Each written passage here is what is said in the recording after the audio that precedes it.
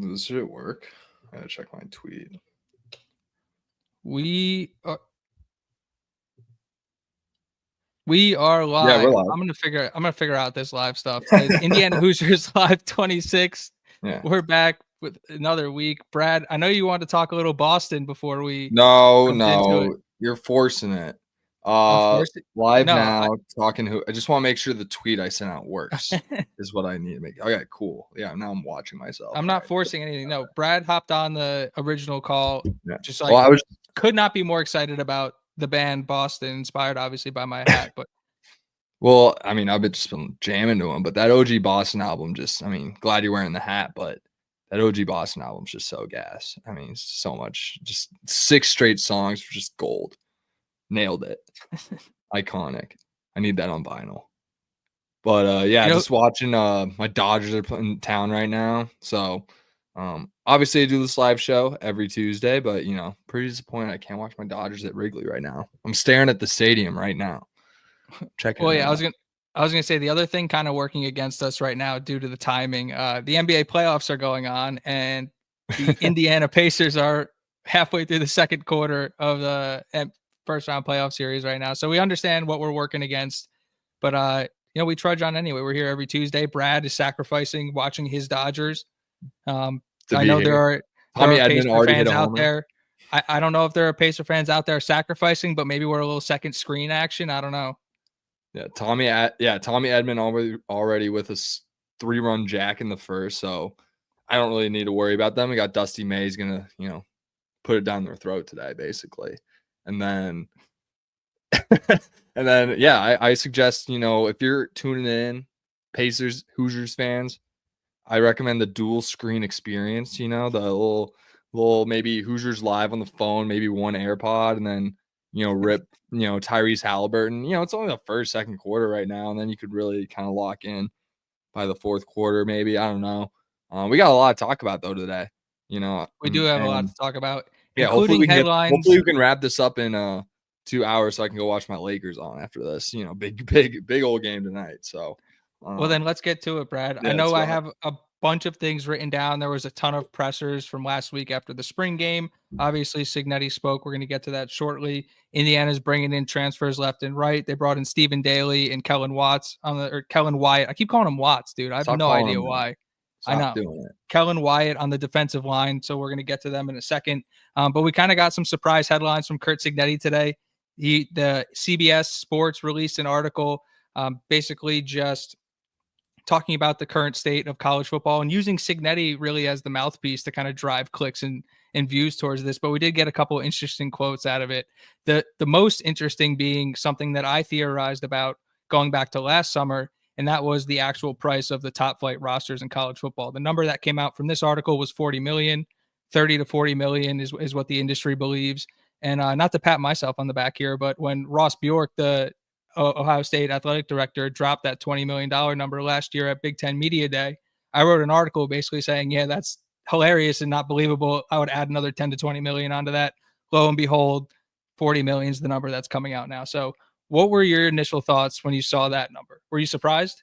No, not really, considering we already just saw the $10 million number for the college basketball rosters. We already know it's about a 90% football, 10% basketball kind of revenue share for a lot of these schools. So, those numbers definitely check out considering 10 mil. It might even be higher. It might get higher. But yeah, it makes sense. I'm sure he threw it back. And I think a lot of people were probably going to see this coming from Indiana. And I've already seen it online talking about, he's complaining. He said I'm sure you're going to get to the other quote, but it is kind of the same quote. He said, my pot of gold is nice, but we're not near 40, 30, 25, which means they're probably around like 20, is probably what I would guess. Definitely major players. We're spending 10 million in basketball, nice 20 plus in football. So it's just really nice to see overall just what Dolson and Pam Whitten are able to accomplish. That way they see the value long-term of what athletics can do for a university. I always bring up Alabama as an example. I'm not going to say they're a prime institution to go to college at, but they've definitely taken a step up since Nick Saban was there. And that's just all the rankings that you see from colleges, like they back up what I'm saying. So, yeah, I mean, it's just, that number is just not surprising at all. 40 mil. I mean, they threw 10 mil at Bryce Underwood allegedly. So he that bought was a Michigan, and janitor a car, like a nice one, nicer than to my car. piggyback off the nice pot of gold statement, and it's like there were some people saying like, oh, Curt Cignetti's complaining, and oh, he's saying he doesn't have enough money. What he said in the quote he said and the teams he named, from reading the article, very clearly wasn't a shot at those teams. This is more so the way I took it, is Sig speaking directly to his administration, being like, this is what it costs to play. But he went out of his way to mention Oregon, Ohio State, Texas Tech, and did state Texas Tech had oil money, which I thought was pretty funny. That was just funny. Notre Dame that's just good banter. And Miami as schools that are playing on a level above. And he said, you just have to be right then next tier. And that's pretty much where Indiana is. Like you don't have to spend $40 million on a roster to put together a really good roster. That being said, it's again, I don't also think he was just speaking to the administration, but maybe speaking to us, the fans as well, being like, there are schools out here outspending us by 20 million. So just be aware of that. Yeah, I think you nailed it right on the head that he's speaking to the fan base, speaking to the administration. I think more so, I don't know, the administration's done a great job, so I would say even more so probably the fans, which is great to see. I'm glad he is the one he allowed to talk about it, instead of another coach getting that kind of spotlight. So, all good. We'll see that take around you don't need to be at the next tier. That statement will stand against time. We'll see. Yeah, I guess that is to make be careful what you wish for type of deal. Yeah, it's like, you could see, how we'll be competitive, like no doubt. You're spending 20 mil on a roster, we'll be competitive, no doubt. But will we be at that? We talked about when we recapped the Notre Dame game, like clear gap, and we talk about stacking years and all that stuff, and that comes with spending the money year after year. So if we're gonna go that route of being maybe a little frugal with our, right? Is that the word? I don't know if I would call it frugal. That kind of is the word. Moneyball-ish. Yeah, like not as like smart money spending, smarter money spending wise. Like that's the strategy we're going with instead of just having the 40 mil budget. And like the roster is taking shape. We like where we're at, but is it enough to compete with the big dogs? Long term, we'll see. I mean, I'm not going to put a yes or no answer to that at all. We'll see. I think that's more than fair. And like you said, we are in a really good spot roster wise, and we'll get to Sig's presser again in a little bit. We still have to develop this talent from within, which is the thing. So it's like, obviously that 40 mil is meant to retain your best players, is what he said. And then once you're able to do that, you just need to fill in the gaps of what you lost eligibility wise, draft wise. 100%. So 100%. And I still want to talk about this, the roster spending in the 40 million, and a statistic I saw today on Big Ten rosters. But Cignetti talked about where he didn't see many potential holes in this roster. But one of the things that leaked out from his presser was that like maybe they're looking for linebacker depth. And then you look at the two moves they make in the portal, and it's two edge guys. And so obviously there's still some moves to be made, but the roster building piece of it, like they're not going to get the number one guy in the portal. So maybe like, I guess TJ Bush Jr. ended up going to Cal, but like the number one rated edge rusher on every board, like maybe they're not going to be a player for, but like that doesn't mean that the third or fourth or fifth rated guy isn't a really good player who can play and be impactful on this level, especially in a Brian Haynes, Curt Cignetti scheme. Exactly. And remember when we previewed the spring roster, what did I say would be the the first position room we'd address coming out of the spring portal? What did I say? What did I say? Specifically edge. And that's exactly what we addressed. Two guys right off the bat that kind of give us a new look in terms of what we're kind of expecting, especially with the D tackle transfers. I have an idea of just like personnel wise where we're at with these 8 guys that we have that seem to be playable depth that we have kind of attained over time.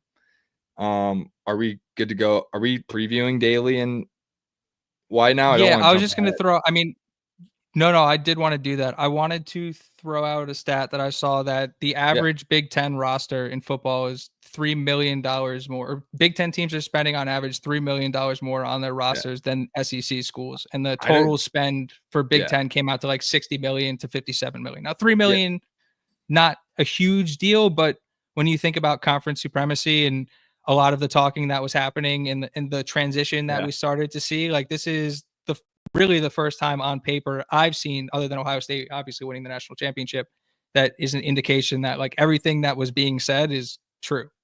Yeah, so for our loyal listeners, I don't think we've really talked about our conference supremacy stance on these live shows yet, but yeah, we're very big like pro Big Ten, obviously, and really do see the Big Ten as equal, if not slightly better than the SEC at this point.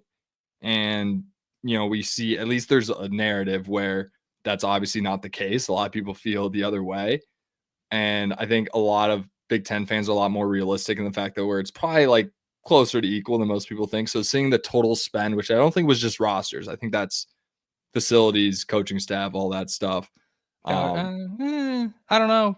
Total 60 spend. million. If Ohio State's spending 40, there's no way that was, you know what I'm saying? So somewhere Ohio the numbers State didn't wasn't make more sense. spending 40 on their roster. Yeah, but they only gave you the average 60 mil of the Big Ten. So like, okay, you have Ohio State spending 100 mil, and then you have, Northwestern probably spending like 30, and that kind of works back over time to around 60. Can't imagine UCLA is above average there. Just knowing that program. They might be. I mean, they got Nico, but they got both Imolavas. Yeah.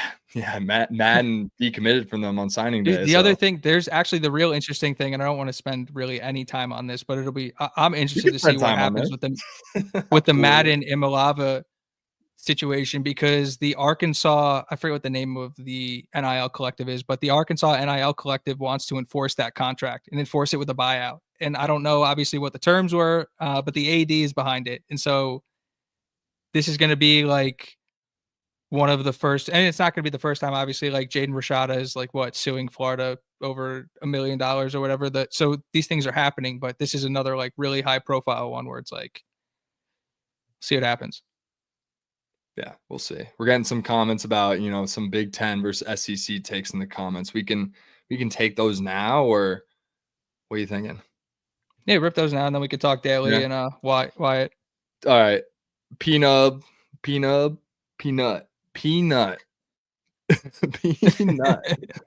Top 5 of Big Ten versus top 5 SEC is close. Middle of the bottom of the SEC would dominate the middle and bottom of Big Ten. Can you agree with that? Can't agree with that dominate word. Maybe slightly edged. I don't know. I think top 5 Big Ten. I mean, Big Ten was here. Let's look at the facts. Top 4 bid league, 3 bid league last year in the SCFP.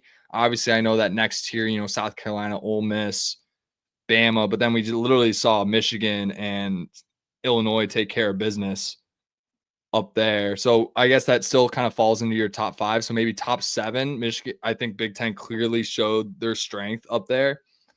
So after that, I mean, USC beat LSU last year on neutral field week 1. That happened. And, USC was bottom half of the Big Ten last year.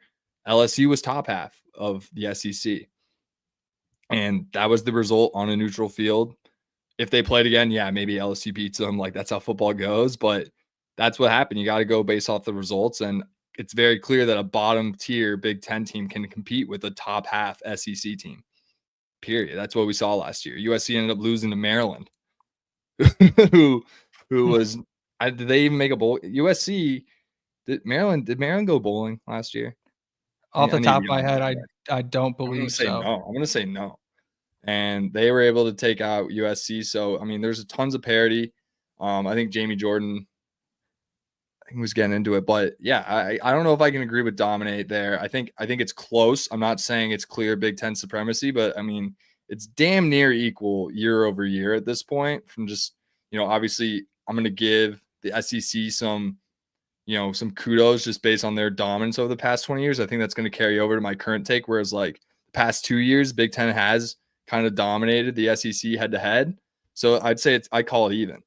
right now at this particular moment. It's about as even as you can get top to bottom. Like I'm not going to debate like who's better, Northwestern and Mississippi State. I'm just not going to. They're two trash teams. Like they're out. They're both that. Like I don't see like. But also maybe here, like, Mississippi State beats them by 20. Maybe like. I'll devil's advocate. Kind of hard to contain, you know. Jack Lausch is hard to contain. He gets 100 on the ground, you know. What are they going to do about him? So I was going to say, I'll devil's advocate the very, very bottom of the barrel, saying that I would say it's inarguable that the bottom half SEC teams, or at least like the last 2 or 3 teams in those standings, inarguably care more than a Northwestern or like a bottom Purdue feeder Big Ten school. So if you want to talk about it like that, but that being said, like Brad just put so eloquently, like they literally played last year. All these teams played last year. So yeah, and we saw what happened in the playoff. We saw what happened in the bowl games. We saw what happened in the regular season. It's not it's not clear. Like if you're going to lean one way, it has to be the Big Ten at this point. But you know, you got to respect the SEC for as many national champions they've won. I would argue top heavy league. Don't play a full conference schedule, small playoff field in the past. But you've only had one 12-team playoff, so I can't make those points just yet. But yeah, I guess I'll eat on my words if I'm wrong throughout the future. We'll see. All right, our boy Jamie, NIL unleashed the old money Northern alums. No more 25K guy from a guy who owns a couple of car dealerships. Couldn't agree more, Jamie. Exactly. Hence seeing the $3 million difference in total spend year over year. I think that continues. I think as time progresses, I think Big Ten teams are going to be allowed to spend more. I mean, wait till UCLA starts spending, which is what it looks like they're starting to do. That's only going to, like, if that continues to increase, you get the UCLAs and the USCs back. You already have the Midwest powers coming into form. Nebraska's not going away spend-wise. Iowa's not going away spend-wise. I mean, it's just going to continue. I mean, I heard Nebraska. I think Nebraska topped that spend list for the Big Ten. Yeah, it's only going to continue moving forward. And it's totally the old Northern money. I mean, you're going to see it at Notre Dame. Yeah, be very afraid of Notre Dame. We want to talk about old money. Oh man, there's a reason why they're in the Natty game, like year one of what we would call like the modern NFL NIL era of the first 12-team CFP. Is Jason Drake expected to be a backup shooting guard, or will he target another wing? Hold basketball. Right. Hold basketball. Guard. We're going to talk about basketball later. I'm just going to answer that quick though. Backup. In the yeah. John, love it. On it like always.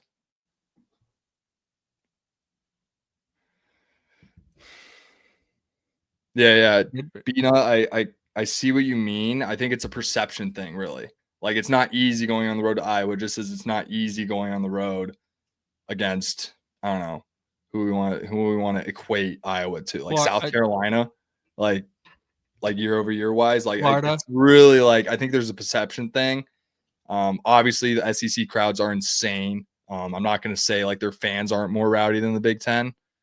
It's still 90,000 people in a packed stadium. Still very loud. We like to call it how we see it here. See it with our eyes, and that's how we call it. Like the SEC, you want to talk about football tradition. You want to talk about tailgating. You want to talk about the environments. The like ambiance. The Big Ten's got a way to go. Indiana, even like we love the environment around Indiana, but that's another area where like you go to a lot of these other schools, and like Brad can attest, he went to the playoff game at Notre Dame. Like it's some of these big game, big time atmospheres that have just been around for decades, damn near generations. Like it's different. Yeah, obviously. I think it's just a perception thing. It's hard to tell too with the SEC playing an 8-game schedule. I know they get a lot of flack, but they also have a lot of out of conference tie-in rivalries. Like South Carolina gets Clemson every year. Florida has to play Florida State every year. Georgia plays Georgia Tech every year. So there is something to it, but then I look at those schedules, and then their other 3 are cupcakes. So it's basically the same thing. Like they are basically playing the 9-game conference schedule with an extra non-con in there. That's high level, but I see their schedules as pretty equal. I think it's really nice that the SEC gets, that they start their season a little early, and then they're able to get that, FCS team and November. I think that's a huge advantage when we're talking schedules.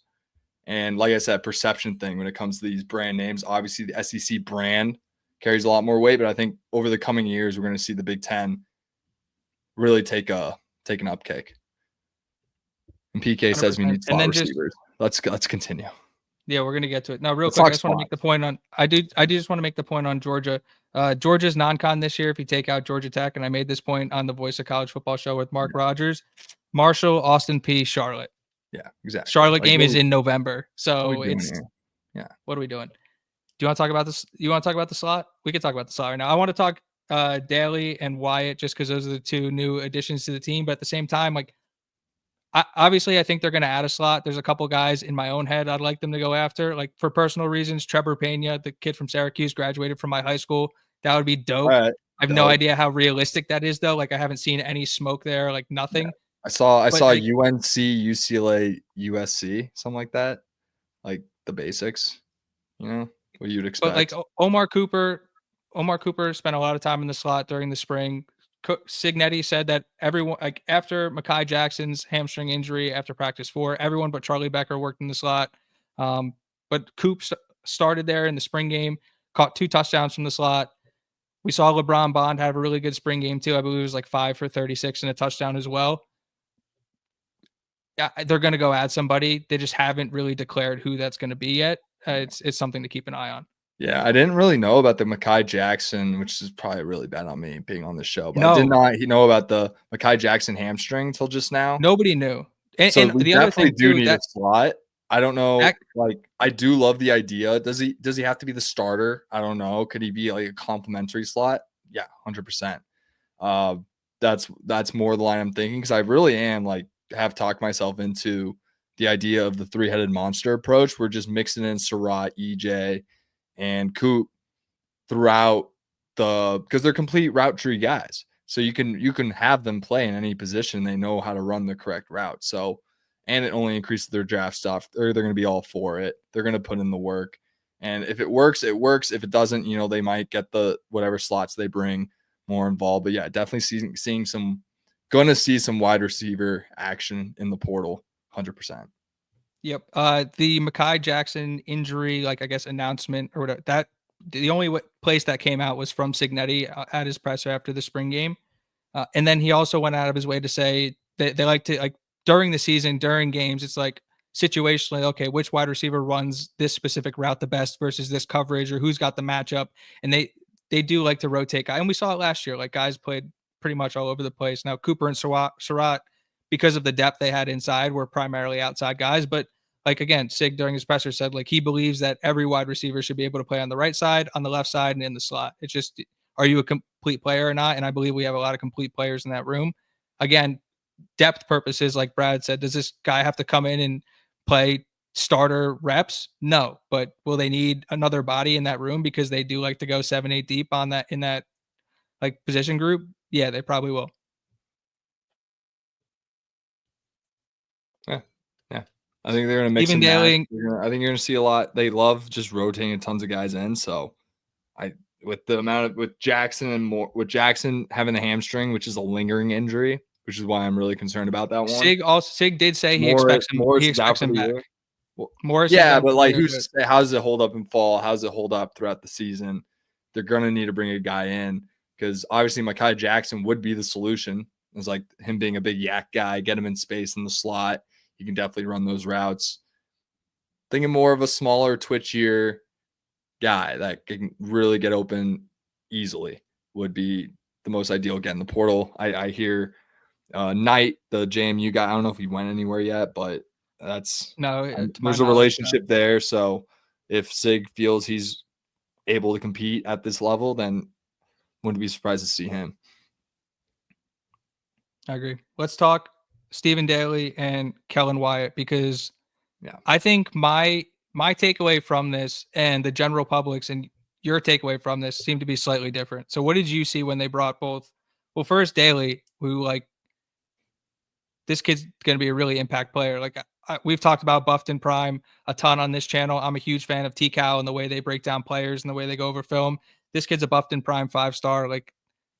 He's going to be a really good player. He's going to make an impact. I've seen a lot of people say that they think Daly's going to be opposite Kamara and play that end spot. But again, Cignetti a couple weeks ago went out of his way to say that hand in the ground DN, that end roll is typically larger than Kamara played last year at 6'1", 265. The two guys they brought in right around 6'1", 6'2", 260. So they profile a lot more like studs. What did you see? Yeah, so it's interesting, right? Because obviously what Sig says is law, right? Unless he's giving us some sort of smoke here. I don't see he doesn't really do that. So it doesn't align with like what I see now with the personnel. I mean, it's surprise. I would see us going more bigger D end as opposed to like these edge guys because we already had Ndukwe there and Landino's out there on the edge. And then you would think you'd want to backfill like that in like that behind Landino. You know, you want like the bigger end, right?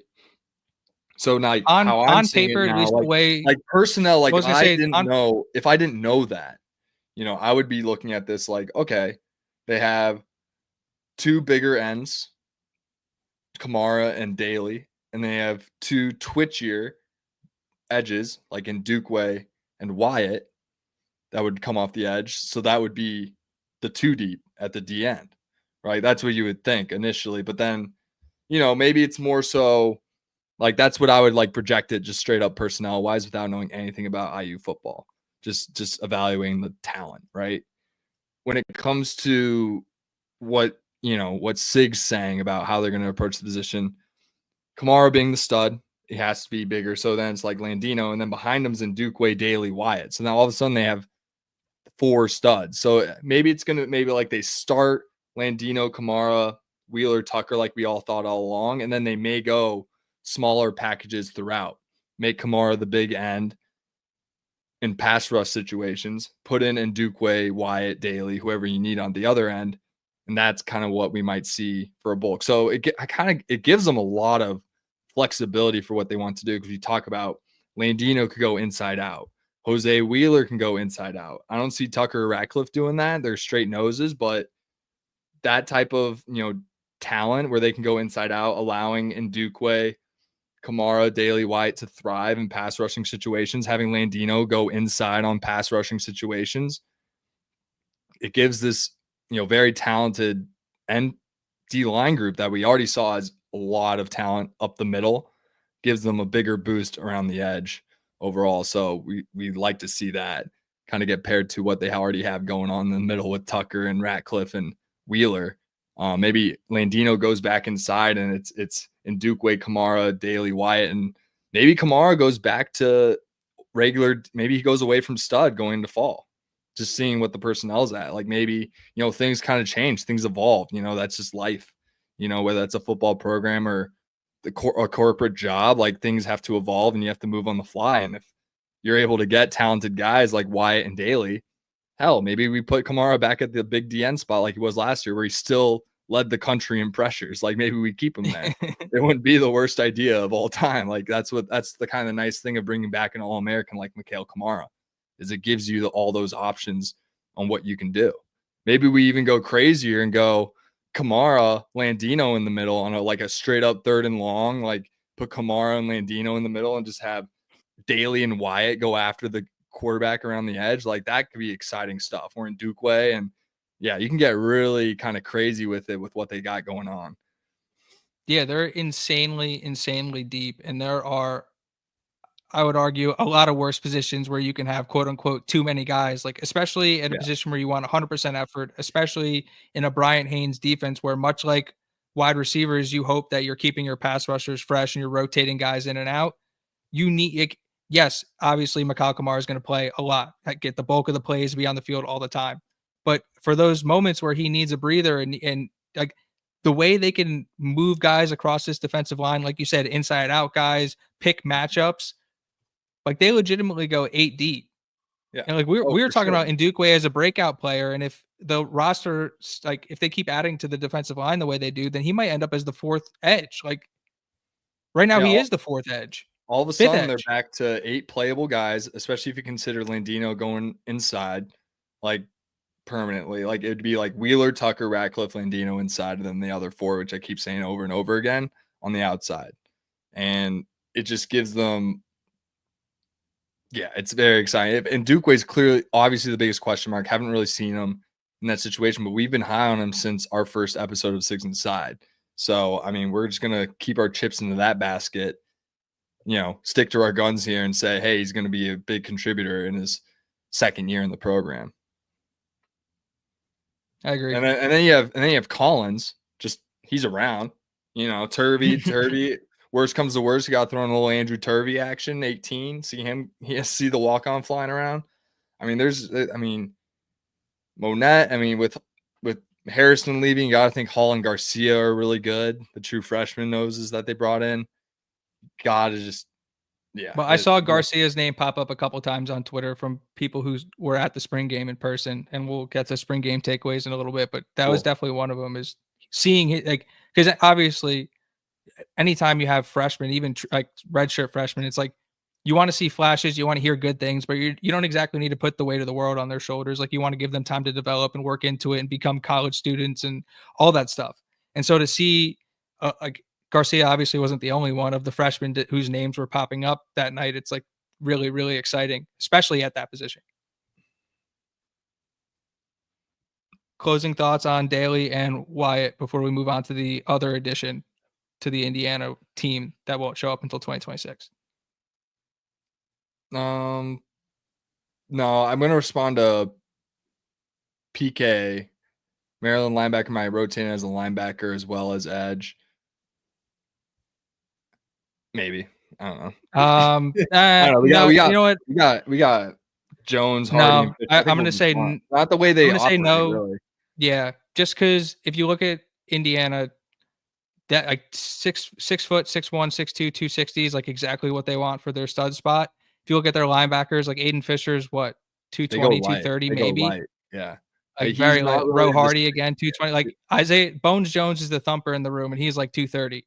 Yeah, so like they like their defensive line to be big and to attack and to create havoc and to let their linebackers, specifically Fisher, scrape up over the top and find out what's going on. They put a lot of pressure on their linebackers in their secondary to tackle, obviously specifically Fisher. So I don't, with the athletic profile of Wyatt, while he probably can play in space a little bit, the space is definitely different in this defense compared to the one he was in. And Indiana went out of their way to say he's playing defensive line. Yeah, and Wyatt's like a pass rusher. Like, that's what he does. That's his whole thing. Like, when he goes to the league, like, he's going to be an edge. Like, that's what his role is. Like you were saying, they like the lighter linebackers, sideline to sideline guys that can cover field, because they only put 2 of them out there because they go 5 DBs.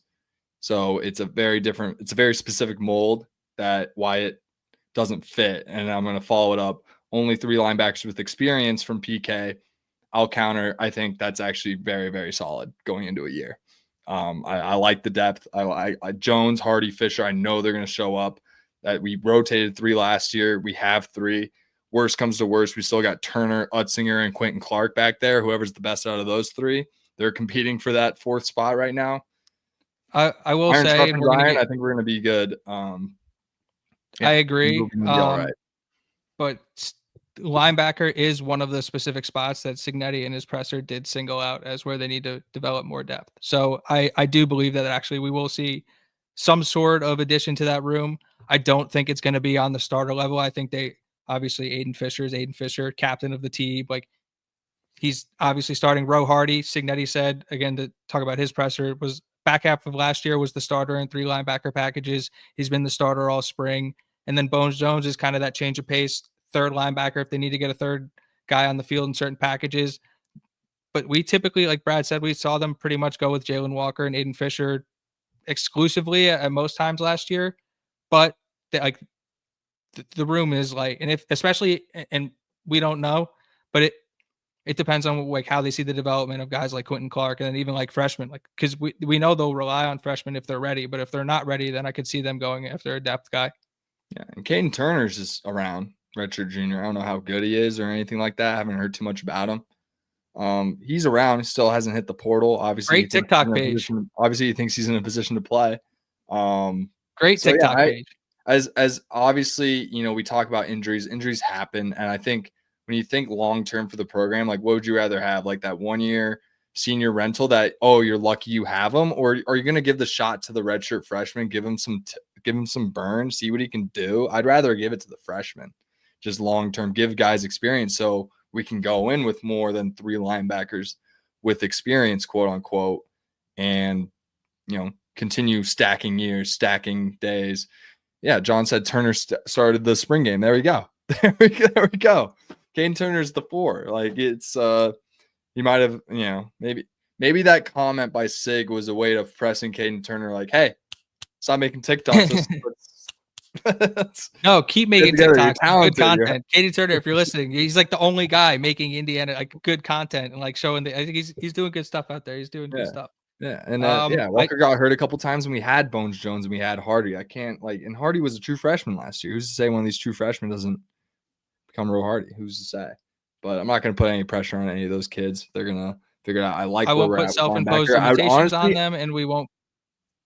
I'd be surprised if we added in the portal, because if we did, I'd be shocked if Bones Jones stuck around, to be honest, if we added a guy. No, I don't think if they add in the portal, it's not going to be in front of Bones Jones. It would be like I think it would be like a redshirt freshman, like Najee Logan type. Exactly. Like a guy who you're hoping can be. It could be Najee Logan. It could be him. Who knows? But no, I don't think like those are your 3 guys. Like and from everything that Cignetti said in the last week or 2 weeks, like I wouldn't be worried if you're Bones Jones. Like I wouldn't be worried about being. Like I would feel pretty comfortable about my position on the team if I was one of those 3 linebackers. Hardy, Fisher, obviously, Bones. I mean, he'd be in the portal by now. I feel like it's been 100% long enough time before we saw the D lineman leave, to where it's like, okay, it's kind of been a while since we've seen a guy at Indiana dip in the portal. We're probably done with our kind of roster cuts as well. Call them, I guess, just being like, hey, maybe you should. It's not so much cuts; it's more so, hey, I think you'd have a better opportunity somewhere else. You're really talented. But we saw Kenny Dillingham do that to a bunch of walk-ons, which I thought was really cool. But that's not Indiana football related. But no, I do kind of agree with Jamie here, where he says, I honestly, it's pretty unusual to have 3 guys who've played as much as they have come back when you only play 2 at the position typically. Exactly. Yeah, I'd say it's a very good thing to have. It is. I wouldn't say only 3. I'd say like, wow, we got 3 guys that we've seen play big time snaps for this football team last year. I want to jump into these press conferences, but first I do want to talk about one last future Indiana Hoosier linebacker. The Hoosiers picked up a massive, massive commitment in the class of 2026. Their second commitment. It is top 5 athlete in the 2026 class, Henry Olinger from Columbus, Ohio. He's an Ohio kid. That's big because, California, number 1 in Heisman's, number 1. Who's number 2? The great state of Ohio. Wow. Unbelievable. Tons of football talent from that state. Getting the top 5 athlete, period, in the class. Is great. But then getting a guy from Ohio who's probably going to be a top 10 recruit when it's all said and done in that state. Big time get.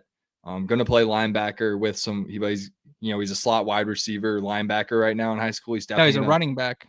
Oh, well, whatever. He's a running back, and I think he's technically higher. I've seen him lined up at receiver. Technically higher ranked as a running back, though. Saw him play. Maybe. I mean, dude's a freak. He's a top 5 athlete. He's a freak. Yeah, he's an athlete. He's listed as an athlete. But this is a kid who they've been recruiting for 6-8. Like he was, on campus during the season, I believe, or maybe just after the season. But this is a name that I've seen pop up over and over again. I know the staff was high on him, and obviously you have to be to get a kid to commit this early in the class. And then you get on top of that, his commitment is announced with a Hayes Fawcett edit. Yeah. So linebacker helps on the way. It's on the way. Yeah.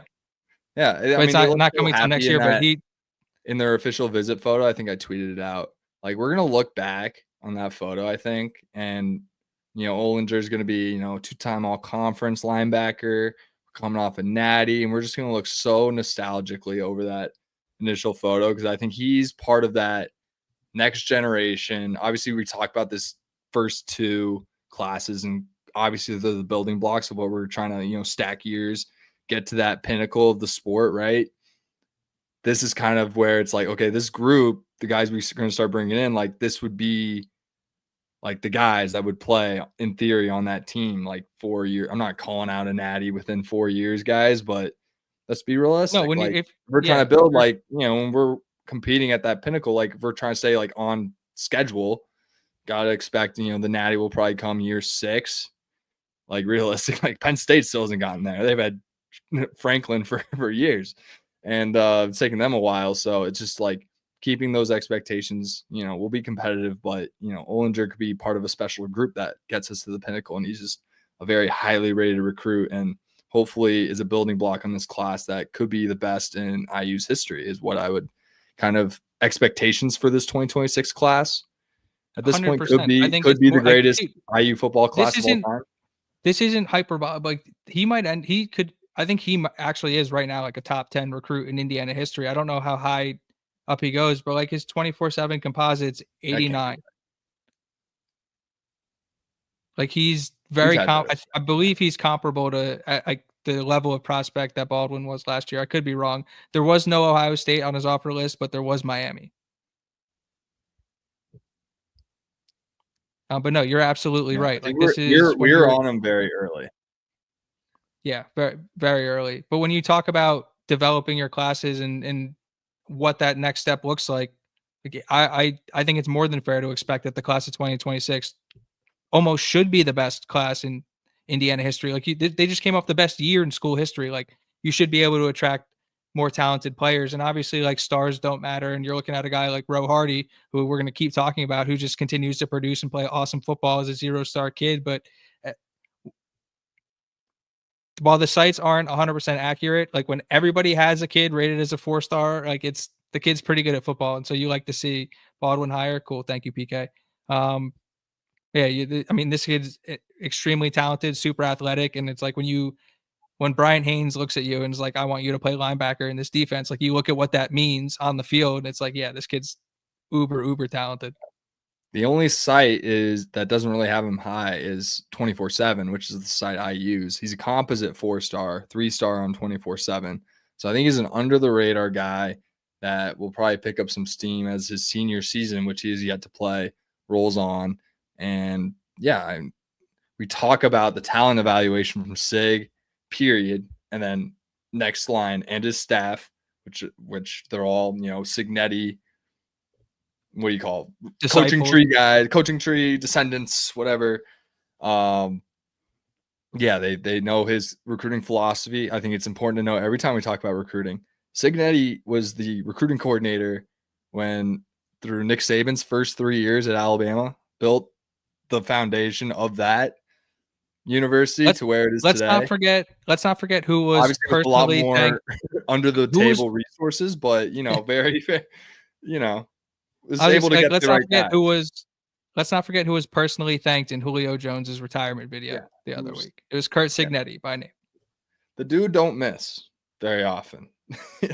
He don't miss. No, he does not. It's I mean, you can't expect to hit 1,000, but he has a very good track record for evaluation and roster construction and all those things, which I find very important in the game. Like Jim Mora, UCLA, fantastic coach, just picked off all the 5s and 4-stars and wasn't great at constructing the roster, right? Lack of O-line depth, but they had Josh Rosen and Soso Jamabo and Zach Whiteley, and they got a commitment from Roquan Smith, and then Ulbrich got poached by the Falcons and Georgia got him. And that's a whole conspiracy that I have, and they're in on it. But it's and they still were average 8-4, 9-3. It takes constructing a roster and then having the coaching staff to back it up, and the scheme and the play calling, and everything has to kind of fall in together. And Sig's the CEO. He's won everywhere.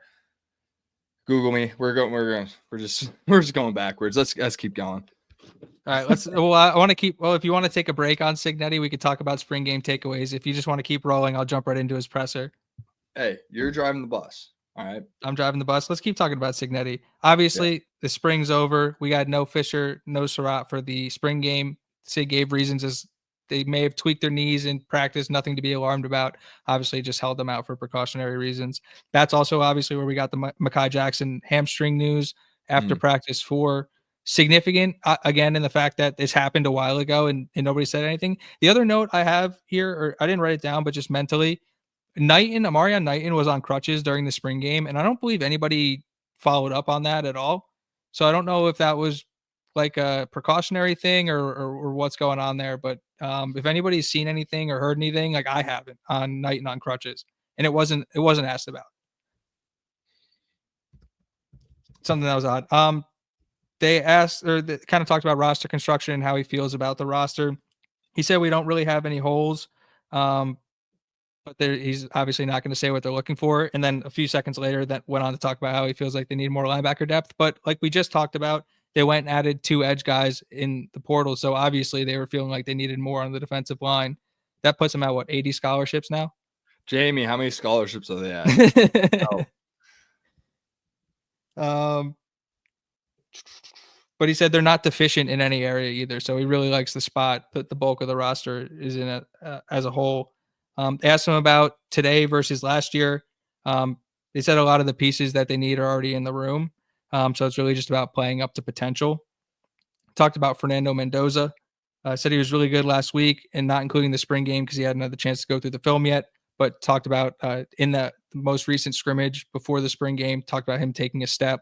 And like we'll get to Mendoza in a little bit. We didn't get to see really much from the spring game, but there was one throw to Holden Stays got out on Instagram, and obviously the Indiana accounts on Instagram posted the Omar Cooper touchdown, and I think both Omar Cooper touchdowns actually. So he did get to see him operate a little bit. He also said went out of his way to say Alberto had a really good spring too. I think that was actually evident by the fact that Alberto Mendoza was the QB2 in the spring game. Did that surprise you? Yes. Very much so. Grant Wilson was brought in to be the QB2. Looks like Alberto beat him out. So it looks like he's QB3. Alberto's QB2. That's how I'll see the QB depth chart moving forward. Things could change in fall. That's a very, very open gate position is the backup quarterback. It's really like who has the hot hand in practice, damn near. But I mean, if Mendoza can stack weeks, stack days, he's sounds like he's in the driver's seat. So good for him. It looks like, we got the brothers Mendoza. They have the keys to the program for the next 2 years of Mendoza. How many years of Alberto do we have left? We probably have 4 years of Alberto left. So 4 years of Mendoza brothers for IU football. Exciting stuff. We'll see if that, comes to fruition or not. For Gim. Should we answer, Mark? Yeah, you want to answer that? Go ahead. Yeah, for Gim, need a throwback story. Lee Corso recently retired. What's one lasting memory or lesson from his time at IU that you think resonates with the program today? Ooh, from his time at IU. I think the biggest thing, honestly, like there wasn't a ton of success, and we talk about the post Signetti era and how that's how we can kind of think of IU football, and that's what we kind of want the perception to be, is just like, hey, this is the new Indiana football. So I think the most impactful thing that Lee Corso did was be at having game day at Indiana with Lee in what is his last season. It is just huge for, acknowledging, because we have to acknowledge the history. Obviously, you can't move forward without acknowledging, right? Like that's how it goes. And just, giving him his flowers. He probably is, like, besides Bill Mallory, the most successful IU head coach. It's probably, if we did a Mount Rushmore, probably Lee Corso, Bill Mallory. I'll throw Tom Allen in there, and then Signetti. Coach Hap. No, you got to put Hap. Yeah, he was supposed to be the guy. Yeah. R.I.P. You can't. I love Tom Allen. You can't put Tom Allen on that. Hepner never got to. We never got to see full Hepner though. That's the issue. Yeah. What was I saying? Yeah, him being back on campus for a real IU game day, not just the Thursday night Ohio State, which was my first ever football game at IU. Having that happen, I think, was just really big and really, I think, very impactful for a lot of IU football fans. Just having that ambassador, it almost seemed like a passing of the torch. Like we've had that. It's funny, we were so irrelevant and we had that representation for so long, and it never really happened until he's retiring. But it's almost like I feel like Pat McAfee's kind of taken that torch. He's going to be the mouthpiece of IU, at least on that show, which I think is huge. Him marrying into an IU family. So, was the best used cars in the town I've ever seen. All right, John. Whatever you said. But yeah, my favorite Lee Corso memory is the I think they're doing like a Stanford Oregon game day, and they're doing picks, and this kid says, "Go Bulldogs." He's picking Yale over Harvard, something like that. And then Lee Corso says, "Not so fast, midget." And then he was like, "What? What did I say? What did I do?" So that's personally my favorite Lee Corso moment. Obviously, he has plenty of other countless moments, but yeah, love Lee Corso. Yeah. What do you have to say about Lee? I'll let you answer that question. I went on a little tangent with Lee, so. I was gonna say, didn't he? And I'll get this story wrong, so John will be able to correct me. I hope, but I'm pretty sure when they were playing Ohio State, he like stopped the game in the middle of the game and took a picture in the middle of the field, like just like first, and then he beat Ohio State, right?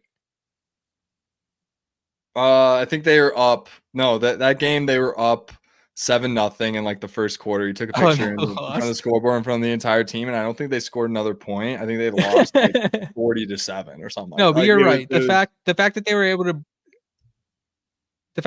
to bring that team back and have that Lee Corso real life game day moment, because like one of my buddies was able to like get us into the stadium before they opened the gates to go like see what the game day looked like, and like David Pollock's wearing shorts under the desk, and it's like there was no fans behind it wasn't a college game day atmosphere. They were there for Ohio State, and like we saw the result. It wasn't pretty for Indiana football. So to have this, like, he took the pick in the first quarter and they got blown out. Thank you, John. That's what I just said, John. I'm all over it.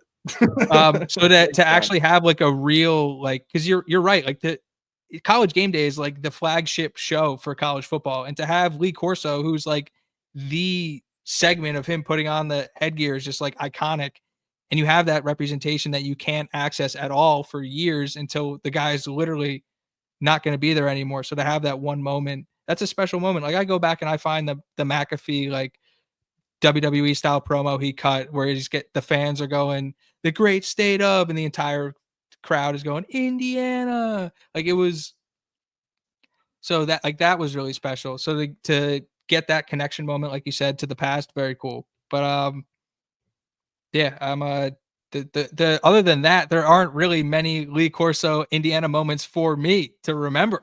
None of them. Yeah. So yeah, I mean, as a college football fan, I'm a fan of the guy. I really like, he was entertaining as all hell, and obviously the show is going to be missing an element when he leaves. So, did you know? Okay, who are the two co-leaders for interceptions all time at Florida State? Where did this question come from? It's related, because the answer is Deion Sanders and Lee Corso. They are tied for the all-time leader as the all-time leaders in interceptions at Florida State. I don't know if that record's been broken. That's incredible. Yeah, that is my Lee Corso fact of the day. That's my. You know who else is incredible, Brad? you know who else is incredible, Brad? Roe Hardy and Kurt Signetti went out his way to say so. Good transition there. A+. Thank you. He said this is where he talked about Roe starting the second half of last year, basically in the 3 linebacker package. Said he started all spring, very similar to Mendoza, took a leap in recent scrimmages. He's a guy they're really counting on. And then he just goes out of way to say he's got a lot of talent. And that's not something like, it's a phrase Signetti will use. He used it again describing Byron Baldwin Jr. later in the press conference, but that's not one he just throws out there. Like he doesn't just say everybody has talent. Like you actually have to show the guy something before he's going to acknowledge that level of ability. And like we'll get to Aiden Fisher in a little bit, but like very similar to the way you view Roe Hardy, like the guy just is in the right spot at the right time all the time. It's the greatest football player I've ever seen. I mean, it's just, I want to put Bones Jones in my one slot, but it's really hard when he's up against Roe Hardy, who seems to be, it seems like, I saw this 20 tweet. Someone was like, it feels like he gets a turnover in 30% of his snaps, which is like an insanely high clip. But yeah, that's what it feels like. Always the right place, right time, crazy instincts, obviously undersized.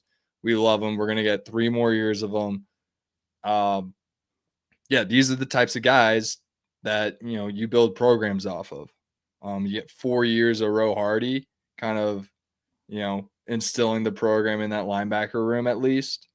I mean, that's just stuff you just can't. That just doesn't show up on a stat sheet. It's clearly a guy that coming from a naval preparatory school, probably, I imagine, I don't know this guy. He's probably super disciplined. He's probably, just crazy talented, obviously, but just like very, there's a reason, why he's doing everything right. He probably does. He probably lives it, and I think he's just one of those guys. Excited to see that. The greatest football player I've ever seen. Just unfortunate that he's 5'11", 225. I don't know how his NFL dreams are going to come to fruition, but hey, he's been doubted. 0-star recruit, been doubted his entire life. I bet it. Yeah, I think I made this prediction. Like he goes undrafted and then like makes a 53 man. Like that's how I see Roe Hardy's career going. But he's gonna be like all conference in like a couple years. Guy's just good at football. Oh, yeah. They also asked Sig about EJ Williams. Sig talked about there are really only 3 vets returning in this wide receiver room, that being EJ, Coop, and Surratt. Talked about everybody playing the slot except Charlie Becker. He talked about Becker and LeBron Bond making progress. Also mentioned Davion Chandler coming in terms of wide receiver help. So again, another guy in the slot who we didn't mention earlier, but Davion Chandler obviously hasn't been on campus, so I haven't really gotten my opportunity to speak about him on this show specifically. Go, if you just want to have some fun, go watch Davion Chandler senior season highlights. Like we might be okay at the slot. Just put it we might be okay. The guy's a freak, man. Like we need him. Oh yeah, we got something. He makes some of the craziest catches. He's built like he's 6'1", 205, I think. I might be selling him an inch short. He is every bit guys, go watch the dude play football, man. Like Davion Chandler is a really legit football player. So again, a freshman who I don't want to put too much expectation on, but at least physically seems like he's going to be able to step in right away and make an impact. And again, not the first time that Cignetti's gone out of his way to mention him. Yeah. Agreed about Davion Chandler. Quick note though, I find it funny about the comment like everyone's playing the slot except for Becker. So that's literally EJ, Coop, and Surratt, which we've talked about, and then it's Kendrick and Bond. And then Becker, like those were the only healthy receivers during spring, apparently. So fun stuff going because Chandler's not on campus yet. So those are the only guys. But then on EJ Williams, Sig just said the biggest thing for him is to limit the mental lapses because he talked about his size, he talked about his body control, his ability to high point footballs. He said he's a threat.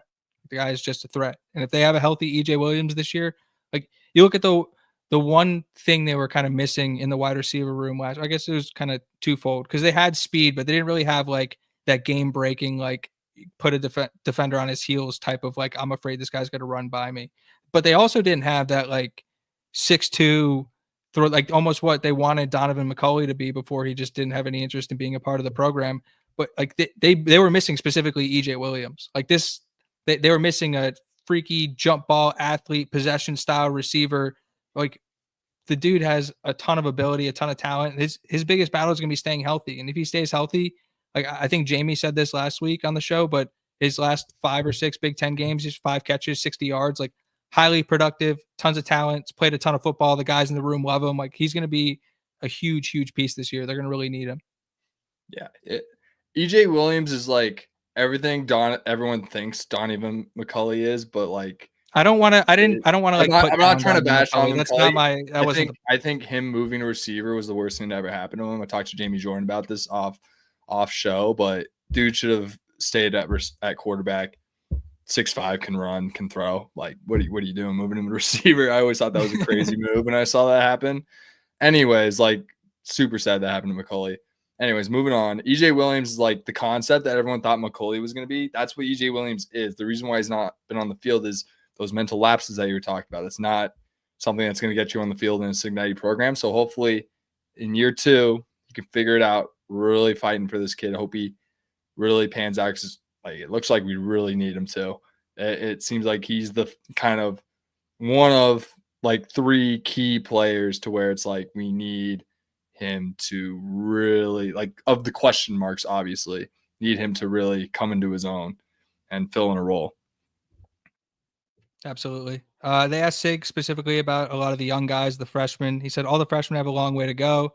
A lot of the guys have a lot of growing up to do, typical with freshmen. He also, I can't remember if it was in this presser or the last presser that he did, but kind of talked about the difference between like this, like you said last week, this is the first year of like the non-COVID fifth year rule. So you're really, instead of talking to 23, 24, 25-year-old men, you're talking to 17, 18-year-old kids who are still developing into young men. And so it's funny to listen to not just Sig, but Carter Smith and Aiden Fisher talk and D'Angelo Pons talk about the young guys and the attitude coming into spring versus the attitude they have coming out of spring.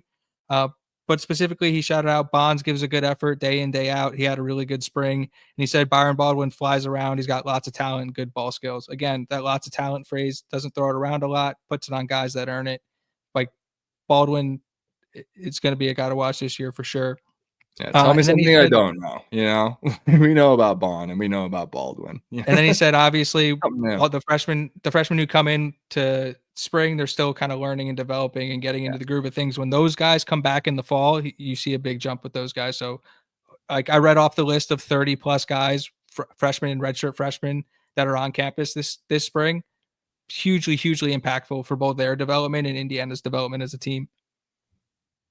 100%. I've said it this myself multiple times.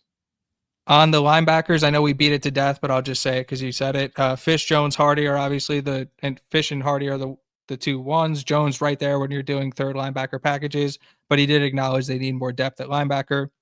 And then they ended his presser by asking him, they said, it seems like you have more playmakers this year. And he said, either we have better playmakers or we have guys that can't tackle on defense. And it was the first time I'd really seen him like laugh or get excited or show a ton of, not that he was like in a bad mood at this press conference, but like he laughed out loud at that one. So that tells me that, yeah, he acknowledges the fact that there are a lot more playmakers in this room. We'll get to them in a second. But yeah, it's a lot of reasons to be excited for Hoosier fans out there. Well, I just want to address Abel and PK talking about McCulley a little bit, like why that didn't work out. He did have the concussion, but like before that even happened, it was like they're like forcing him finding ways to get him on the field. He wasn't getting a ton of snaps before that. I don't think he was really fitting in. I think we've talked about like the blocking downfield aspect. That was one of the strengths of IU's team last year from the wide receiver room, their ability to block downfield. Everyone did it. That was on the field. McCulley being that quarterback convert, didn't have to learn blocking in high school, didn't have to do all that stuff because when you're a receiver in high school, you were doing blocking drills. That is something that you do, at least at a real program. So he's learning all that stuff for the first time, and it really is a hard, like, blocking in the open field is not an easy thing to just kind of pick up. Like that takes a lot of practice to really nail that down because DBs are twitchier than like D linemen that are right in front of you. You got to block a DB 5 yards down the field, easier said than done. So it takes a lot of coaching to get that done. So I think, with McCulley, I'm not trying to bash him, but like, you know, he's on Michigan, and we'll see how he does. It's not like he's in a bad spot right now, but it's also, if you look at the spot he was in 2023, it's not like he's asked to do a whole ton besides run down the field and catch footballs. If you really go back and look at a lot of his highlights, it's run straight, we'll throw the ball up to you. You're typically going to be bigger than the guy covering you. You go make plays.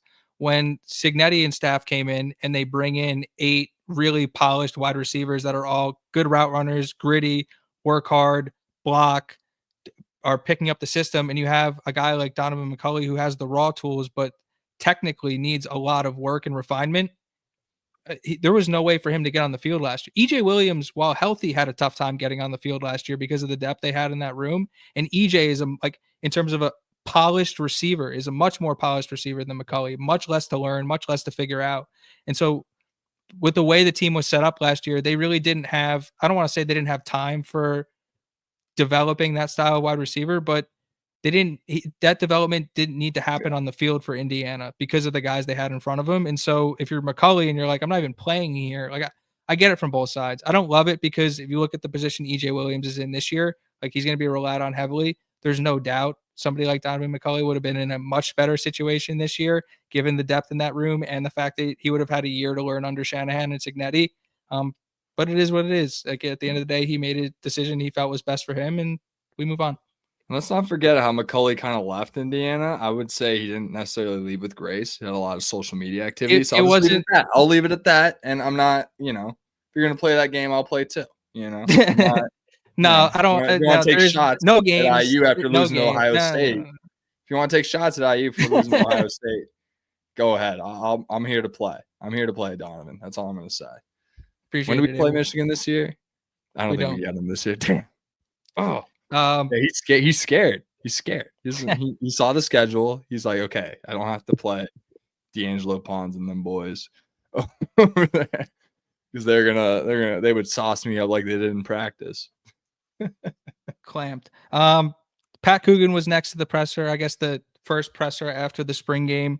They asked him about his personal progress and the team's progress. He said he's gelling, kind of learning the new system and the team as he goes. He's in a much better position now than he was when he first came in. It's funny to hear the not funny. It's not funny that Mekhi Jackson got hurt, but that fourth practice was kind of like resonated in my mind because that's the day Coogan showed up. So it's like you think of that as a good day, but then you're like, yeah, we lost a receiver too. So it's like, I don't know if that's a great thing. But he also said as the unit, they've taken a lot of strides, but they still have plenty of work to do. This is something Carter Smith echoed too in his presser. The offensive line, from what I'm gathering, and from what the takeaways from the spring game, look really good, mean, physical, dominant. They also feel like they're a ways away and have a lot of work to do, which is exciting. Well, yeah, you got to take that next step. You always got to just keep, it's never done until you win the championship. So it's like, there's work to be done. We haven't gone to Indy yet. We haven't won a CFP playoff game. And these are the things that these guys want to do, and they just haven't done it. So it doesn't really matter how good they think they are. And I'm sure Sig's doing a great job of reminding them how not good they are. I'm sure he's doing a great job at it. I'm sure they don't need to hear me talk about it, but yeah. They asked Coogan the differences between obviously last year. They keep going back to this question of like last year versus this year, specifically for Coogan because he played them in December. Real original media. Yeah. As the media myself. He said the defense is super talented. Mikhail is going to ruin game plans. And then he specifically talked about Wheeler and Tyreek Tucker being really tough, hard-nosed players that are going to make plays in the backfield. They asked him about the run game. Or do you have any thought on game plan? Anything surprise you there with what Coogan's saying? He thinks Tyreek Tucker is really good. That doesn't surprise me at all. No, I don't. It talks about the run game. He said they can do both. He said it's explosive. They could also ground and pound, so they could do both. They could rip the trunk plays. They can go and get 3 yards in a cloud of dust. He said it's hard to project out the run game, but he's excited about the process and excited about the way things are going. And then Carter Smith was a little bit more forward. He talked about how exciting it was blocking for Roman Hemby and talking about like how many different options Hemby gives them as a runner. He also talked about Kaelon Black being extremely explosive and just getting after it. He didn't specifically mention Lee Beebe. I'm not saying that's a bad thing, but I'm just saying Carter Smith. Monster, we're fine. We got 3 savages back there toting the rock. I mean, but yeah, not that the run game wasn't explosive last year, and we continue to say this because like Ellison and Lawton were phenomenal last year, but there's just a different element of explosion in the room this year that they would acknowledge. They asked Coogan about being a leader. He said it took a few weeks to settle in. Now it's natural, but he's like super confident whenever he talks about leadership, which I think is really cool. And he says he fits the bill to a T of what the center position is looking for. I mean, he's right. You talk about a vocal leader, tough dude, willing to battle for his guys. Like, yeah, that's literally everything Pat Coogan has showed you as a football player. Yeah, 6'5" too. I think that's important to note. Like, I think there's like a perception on centers that they're like short and stocky, like Jason Kelce, I guess. I mean, he works. Like, what you really want is like quick, right? Like, that's what you really want to look for. And Pat Coogan, like, there's great centers that were 6'6". There's great centers that have been, 6'2", 6'3", like, Jason Kelce. I don't think Jason Kelce's that short, but I think he's 6 foot. Jason Kelce, look up. How tall is Jason Kelce? Chat. But I mean, they all come in different shapes and sizes. I mean, we just gotta trust he's 6'3". Kelsey's 6'3". Yeah, so he's like at the shorter end of what a NFL center would be. So seeing 6'5", like that's just, we're seeing NFL quality, size. Like that's what you want to look for when you want to make deep runs in the playoff. Go down the list of all. It looks like we have 7 playable guys when Benson and Drew Evans come back. Are you counting Liebfried? Because he was technically also hurt too. I'm counting Liebfried just because he was getting snaps last year. Like I think he's hurt, he's in line to play. I think he's going to be a swing guy. I think that he's ready to step in, backup role. Yeah. So yeah, exciting. That's 8 playable guys. What? They asked Coogan, Smith, Evans, Lynch, Benson, Mikowski, Ajani, Liebfried, Coogan. Yeah. Yeah, I had to count on my fingers. That's they asked him about the scrimmages and about the games, about Fernando. He said he's got a ton of poise. He also went out of his way to say that Fernando looks people in the eyes in the huddle, and he said that might not seem like it is a big deal, but it's a huge deal. I think he called him like the commander, like in the battle with you or something along those lines, and said he's a baller. But just like that just makes so much sense that Fernando Mendoza is just like looking all of his offensive linemen in the eyes and just like telling everybody the plays and like instilling confidence. Like again, you would think that is like just people would do that, but I guess we'd be surprised at like how people don't take that into account. And just see like the type of person, type of player Fernando Mendoza is continues to just be impressive. It's the little things, I'm curious to hear who's the high school quarterbacks coach, the quarterback guru that kind of taught him that stuff. Because as a guy who's been in an offensive huddle, you have the quarterback looking at you. That instills like a sense of confidence in you, right? Like, hey, we're good. We've done this before. Everything's normal. We're up 30. We're down 30. We're this is the play. I'm Fernando Mendoza. I'm locked in. I'm engaged with you guys. If he just keeps that all game, it's the little things, man. I've talked about Mendoza like talent wise, but then he just, every time you hear him talk, every little story about him, there's a reason why there's a mass exodus at Cal post spring, guys. Like there's, I'm just saying, yeah, the dude, all of a sudden they don't have a quarterback and they're like, oh my God, we don't have Fernando. Like we're screwed. Like, I think there's a lot to be like, that's what I thought of when I saw like those 5 Cal running backs at the portal.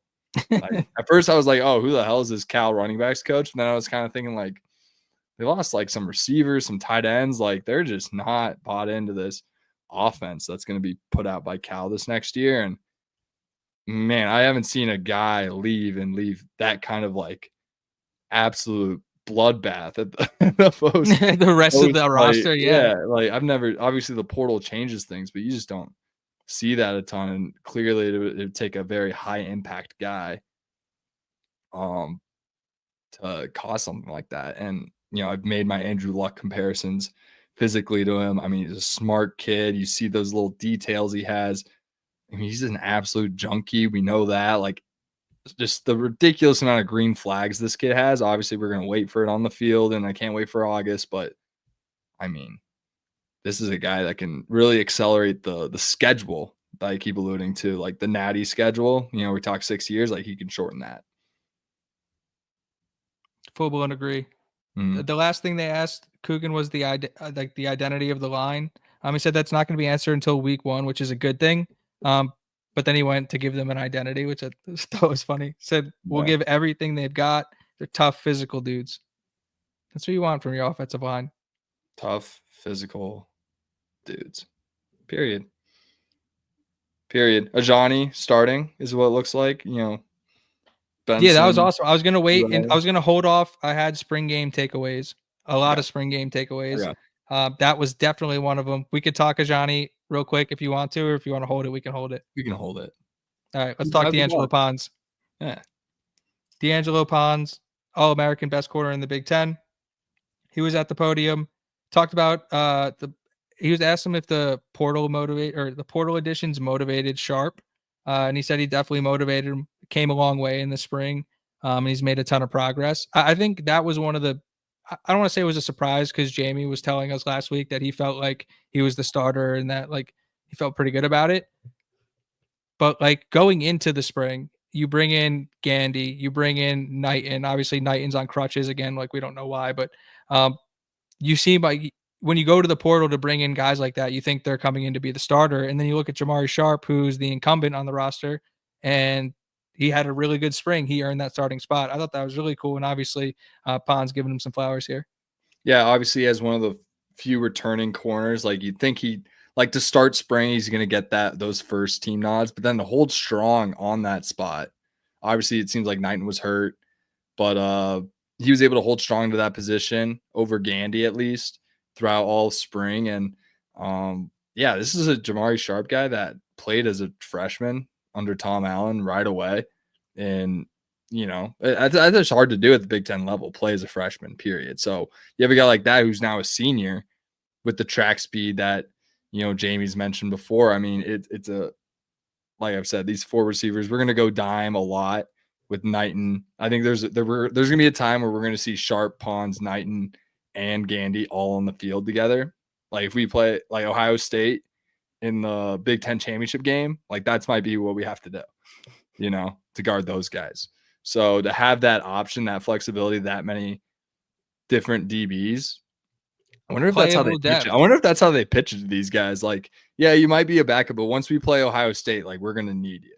Like, I wonder if that's how they're pitching it. I might be blowing smoke right now, but yeah. I mean, listen, you come in with the expectation that, first of all, we say this over and over again, but if this staff brings you in, they believe you're a good football player. They believe you can contribute to the team. So I don't think they like give anybody false hope or false promises. I think they tell them how it is. I think like we believe in your talent. We want you to like come in, compete. If you win the job, great. If not, stay ready because we're going to play everybody. 100%. Love it. Quick side note, they're talking about how we didn't get injuries. Yeah, he ended up going to Texas. I think we really assumed that he'd be coming over, considering he's like best. We did. We took a lot of liberties last week. Hand up. Like at the same time, like it turns out he was being recruited by every damn team in the country. So yeah, we missed out on him. It probably reemphasizes their confidence in Stays, and then Nowakowski back. It does make me concerned that West isn't there anymore as like just a pass catching option to have other than Stays at the position. But yeah, we'll see what they do at that position. They only have 5 scholarship guys right now, so they might do some shopping. We'll see. Wasn't really like I remember going into the last year and being like, I thought Horton was going to be a lot more involved, which he was in some capacity, but he wasn't as involved as I probably thought. So I think they are really more receiver lenient anyways. So if it stays in Nowakowski for the year and Bamba and blocking situations, I think they'll be fine. So yeah. And yeah, LeBron Bond, number 6. Yes. Love LeBron Bond. But he's not a tight end. he's awesome. Love LeBron. Love LeBron James, love LeBron Bond. I love all those guys. Yeah. I was just gonna say to close up the injuries talk real quick. I like when Cignetti said that he expected more from the tight end position, which is something he did say, I believe it was 2 weeks ago. To me, I took that as maybe Stays doesn't look as good as they want. Maybe that was true, but I mean, I don't know if anybody was able to catch the Holden Stays if you weren't at the spring game, the catch he made on that 3rd down like early in the game. But that was like one of the few videos I was able to see that come out. Like that catch he made was ridiculous. Like tight end, wide receiver, I don't care. Like that, like the body control, the ability to high point the football to go up over a defender, like that was like to me that eased all concerns of going after a pass catching tight end. Like as long as he can stay consistent and he's doing the right things in the room, and obviously he's got a great position coach in Grant Kane. Like I think they're okay with the talent that Stays is bringing, and like Mendoza rolling to his left on 3rd down trusted him enough to throw him a jump ball. So I know it was a spring game. I know it doesn't count, and it's just, but like it's still ball, man. He needs to make good throws. Like he's got to make good throws. Like first it was a dot, and the catch was even better. So I think they're fans of Stays, and I think they like what he's showing. That would be my guess. I think we'll be fine without injuries. But it would have been really nice to have Stays and injuries. Just it also would have been nice to keep Sam West in the room. But like when you're hearing you're going to have it all, you can't have it all and get a depth linebacker and do all these things. So like I'm just trusting Sig. I'm gonna be bipartisan here. I'm going to call missing out on injuries a swing and a miss by the Hoosiers because I can't imagine they didn't at least contact him. So yeah, I think they maybe missed out on injuries, and we dust ourselves off and we're going to move on. And yeah, I think we'll be okay with stays. And yeah, it's going to be mostly stays. I mean, Horton got a majority of the tick last year at the position, so could be stays. Could be a lot of stays this year. Right, and it's also going to be game plan dependent. It's going to be package dependent, right? Like Nowakowski's clear, like H-back blocking tight end. Like he's going to be in there for certain packages, sixth offensive line type. Sig went out of his way to talk about he likes his mentality, his attitude, the way he attacks practice. Those are the two guys in the tight end room, and I think that's also part of the reason why Sam West left is it's those two guys for a majority of the playing time. Yeah, Bomba's still around too, but he's more of a blocker. I'd like he commits a lot of penalties. So I would like another like pass catching option. Obviously, if we can find a dual threat, a guy that can do both would be awesome, but those are clearly very hard to come by given injuries. And yeah, we'll see what they do there. Could be a position where they do address, I will say. I would say more likely than linebacker, personally, is what I would think. I'd probably lean the other way. I think it's more likely they get a depth linebacker than a depth tight end because like we're fans of the tight ends in the freshman class right now. So true. I do like me some Blake Thierry, but he doesn't even put on weight. And how quickly can he do that? I don't know. He's in track shape like a week ago. So yeah, and he's not on campus. But two guys that are on campus, D'Angelo Pons was asked about Byron Baldwin Jr. and Cianta Stewart, C3. He said those guys bring the energy every day. He also said those two had to be told to tone it down a little bit when it came to hitting, which I thought was Stewart and Baldwin. Which two biggest DBs we brought in. Oh, that's funny. Thumping, cool it down a little bit. He's 6'3". I guess he's got to show them. These guys got to control. First of all, they're trying to earn respect. Hey, I'm trying to earn respect. I can lay the wood if I need to. And they also have to learn how to control their bodies a little bit, I would assume, because they're putting on weight. And it's also like if you think about the way Cignetti runs his practices, it's very much like we're here to get technical work. Nobody's getting hurt. Like it's technique, and reps. And like, yeah, you're going to be physical and you're going to have contact, but they literally tackled once in the spring. It was the spring game. So you're going to thud most of the time. But as a freshman trying to gain respect of a lot of older guys, I could see why those dudes had to be told to tone it down. As a defensive coach, I'm telling you, I'm sure Brian Haynes wasn't very upset when that was happening. Don't worry, week 2 of fall is coming real soon when we go full pads, Ciante. Don't worry, it'll be here sooner than you think. But he also D'Angelo did make the note that those guys like came in ready to learn, and that in some way, shape, or form they're going to help the team this year. Like he said, they came in with the right attitude. They put their head down, they worked, and like it is pretty much what everybody's saying about this group of freshmen. Like the way they came in, very cocky, very confident, which is a good thing. I want that in my football players. But you also have to like understand kind of where your role is and how you fit into things. And there's a team that's been doing it for a lot longer than you have going on here. So that's the other thing. It's an adjustment period for both. But like we keep saying, there's so much talent in this room. So much talent. Ridiculous. It's my favorite position group by far. Might not be our best, but it's my favorite, just depth-wise. Excited to see how the Zach Smiths, the Dontre Hendersons of the world really pan out 3 years from now. But at the top, we already have like so many playable guys. It's crazy. So like top to bottom, just love that group. What those coaches are doing over there. It's really good stuff. They asked Pons about Omar Cooper. He said he's definitely made strides. He's came a long way from last year, which is an exciting thing to hear about a guy like Omar Cooper who was so good last year. And like I've been talking about for a couple of weeks. We've been talking about it that the slot is going to unlock something for him, and that the way he attacks the football over the middle of the field and his toughness with the ball in his hands, like plays really well to the inside, plays well everywhere. But to hear that he's like still getting better, so you hear that about a lot of the guys on this team is like they're just putting in the work. Like there's guys that work and there's guys that don't, and to hear that the guys who you're expecting to be the best guys in this team are the ones constantly putting in the work, it's exciting stuff. I mean, it's just great to hear. I mean, Cooper was Surratt all-conference guy last year, will be an all-conference guy this year. Cooper was borderline all-conference. You imagine with the strides he takes, he's all-conference this year. And then you have EJ Williams as a little compliment piece. Like, I'm not just throwing three-headed monster out there. I'm just saying those are guys that if we can get all 3 of those to go 500 yards plus. I mean, this offense has the potential to do it. They love to throw it, and they're super explosive, tons of production, tons of yards to go around. I think, if we can get 1,000 yards from Coop, 1,000 yards from Surratt, 500 from EJ, I mean, that's 2,500 from Fernando right there. We're looking at a pretty good year, so I'm excited to see how they produce throughout the year. So I think it could be a really big year for Cooper and Surratt come December when the award shows are around. Who's getting those all conference nods? And I think we got 2 of them on our roster. So very nice to have. They asked Pons about Fernando. He said he's mobile, and he made the point to say he scrambles to throw, not to run, which he said a lot of quarterbacks don't do that, which again, it's like, that's what the throw from the pro day tells me when he's rolling out left and he's just like looking down the field to throw the football. Like when he gets out of the pocket, it's not like, oh my God, I'm in a panic, I'm running for my life. His eyes are down the field. He's looking to make throws, make plays. And that element of mobility to like, I am not comparing him to Patrick Mahomes or Caleb that Williams.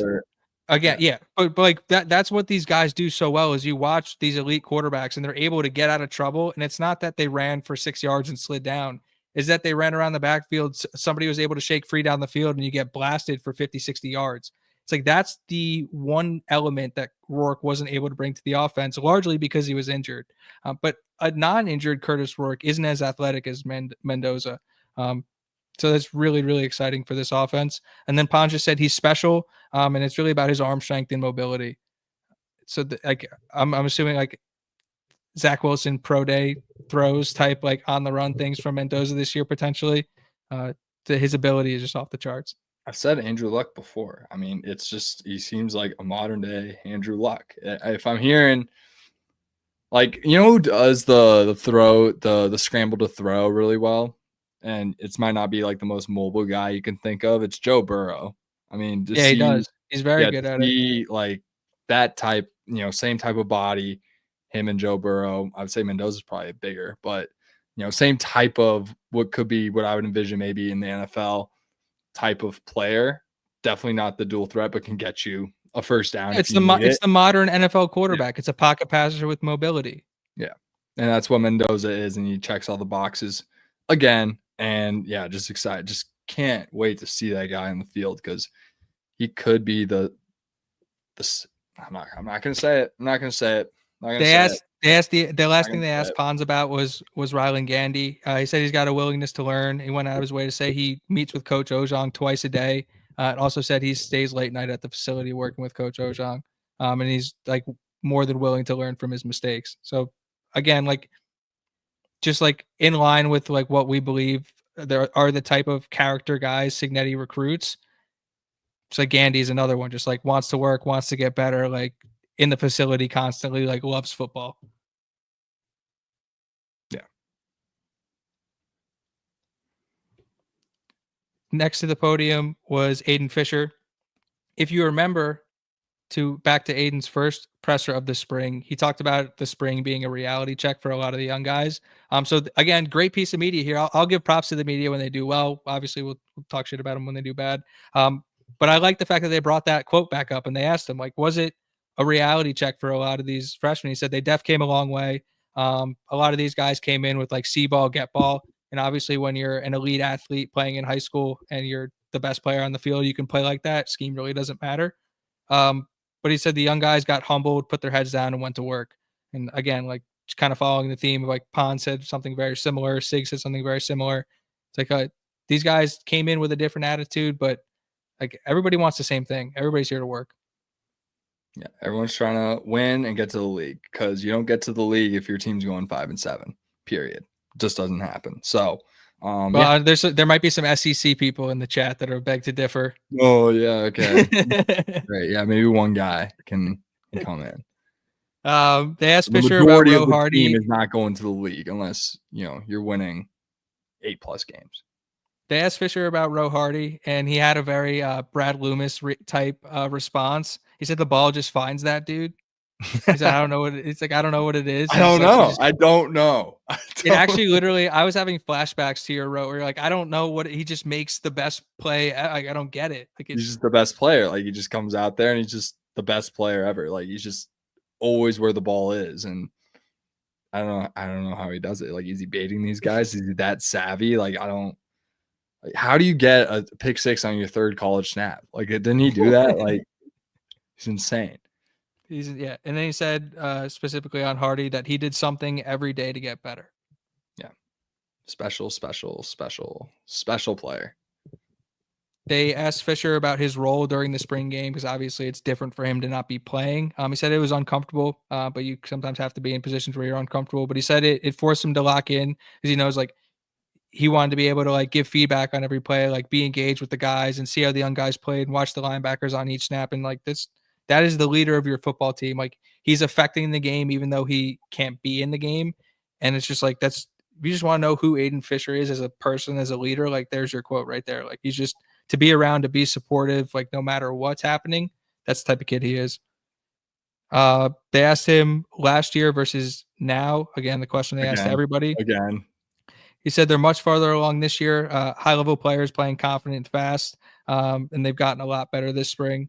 He talked about having a growth mindset with Mikhail, kind of the two of them going in, watching games, being able to, okay, here's what I'm seeing from my end, here's what he's seeing from his end, and then be like, Aiden can then help Mikhail tell the line, like kind of what different things from the offensive line mean. Mikhail can relay information back to Aiden, and there's just a greater like reach of communication.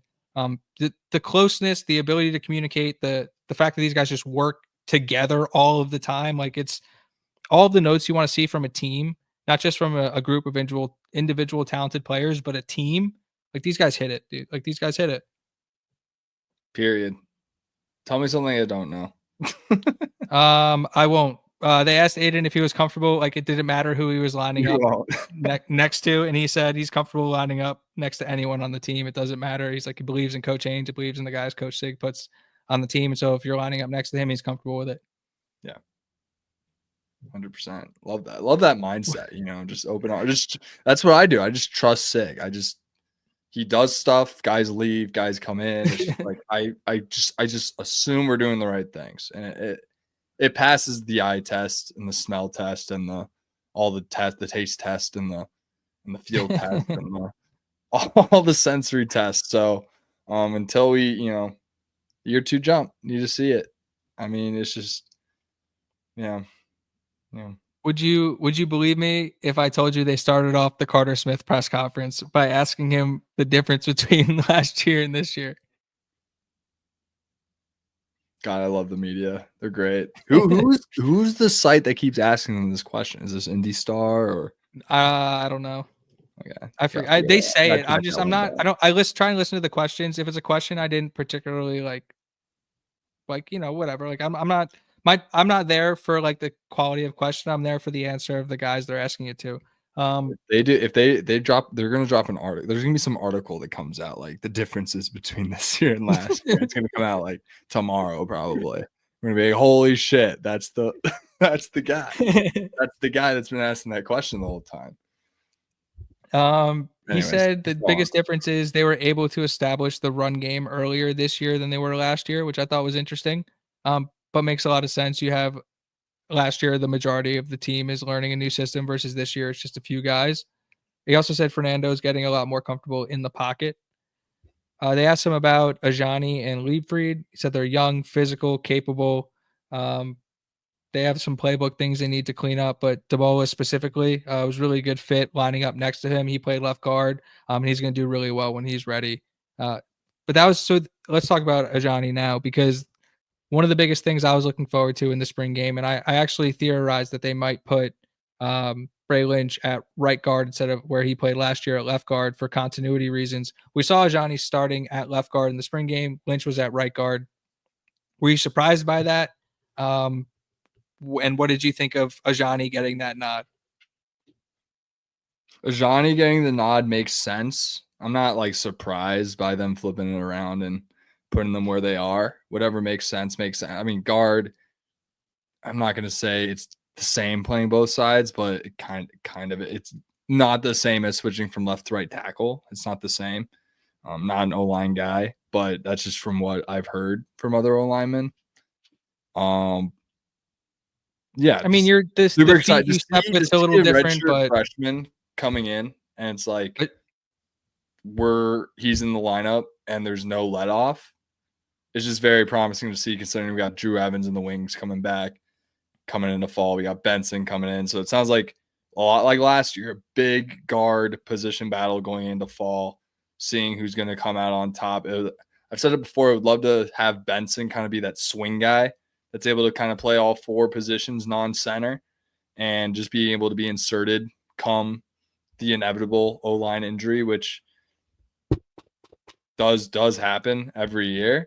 Kidwell last year, Drew Evans last year. I mean, these things do happen. So just staying ready. 8 playable guys. We got that's better than last year, I think, going into the year. So I have a lot more confidence in this group than I did going into last year, and they blew my expectations out of the water last year. So yeah, they were phenomenal last year. Best O-line in the country, in the conference. So analytics back it up at least. Maybe it doesn't show up against, it was good enough to beat Michigan, but maybe against Ohio State they got beat that day. They did. They got beat that day, and that happens. Like you lose that day. It happens. But there were points in that game where they were able to run the football extremely effectively. Yeah, they actually, I think they ran the ball effectively. It was the passing downs that got them. They were able to run the ball. It was communication. They had trouble communicating. Ohio State was able to jump the snap and all that. But John saying he's here and Leifried was running with the ones until he broke his hand. Interesting. That's like he's in that group of 8 that we're talking about that are 100% guys. We'll see if he stays with the ones. I mean, you got Mikowski and Smith. I feel like our bookends are pretty set. So Leifried being a tackle like I think he is, he could come in as a swing guard if an injury comes up, but like we have Benson, we have Drew Evans, Johnny's getting the nod already at guard. It looks like Leifried is the reason why Austin Barrett had to hit the portal, basically, is what it seems like. This is where they asked Carter Smith about the running back room. He talked about like enjoying the options Hemby provided. Talked about KB loves running through it. Talked about pass pro, though, probably need to be cleaned up in some areas, but overall, like very excited about the explosiveness in that room, which like is something that we saw coming out on Twitter is like Black, I think, ripped off like a 45-yarder. Like I think Hemby like looked explosive on a couple 18-yard runs. So it's like a lot of the things we were theorizing with this running back room came to fruition in that spring game, and a lot of the things that the offensive line are saying, like they got some juice back there. Yeah, when we were previewing this running back room going into spring, we talked about how, obviously we're losing Justice Ellison and Lawton, our 2 leading rushers, but it looks like from a personnel standpoint, a lot more home run ability, finishing the runs, scoring, explosiveness. It all kind of ties in together of what we've pictured this running back room being, and sounds like they're getting all the praise that we thought they would in that regard, at least.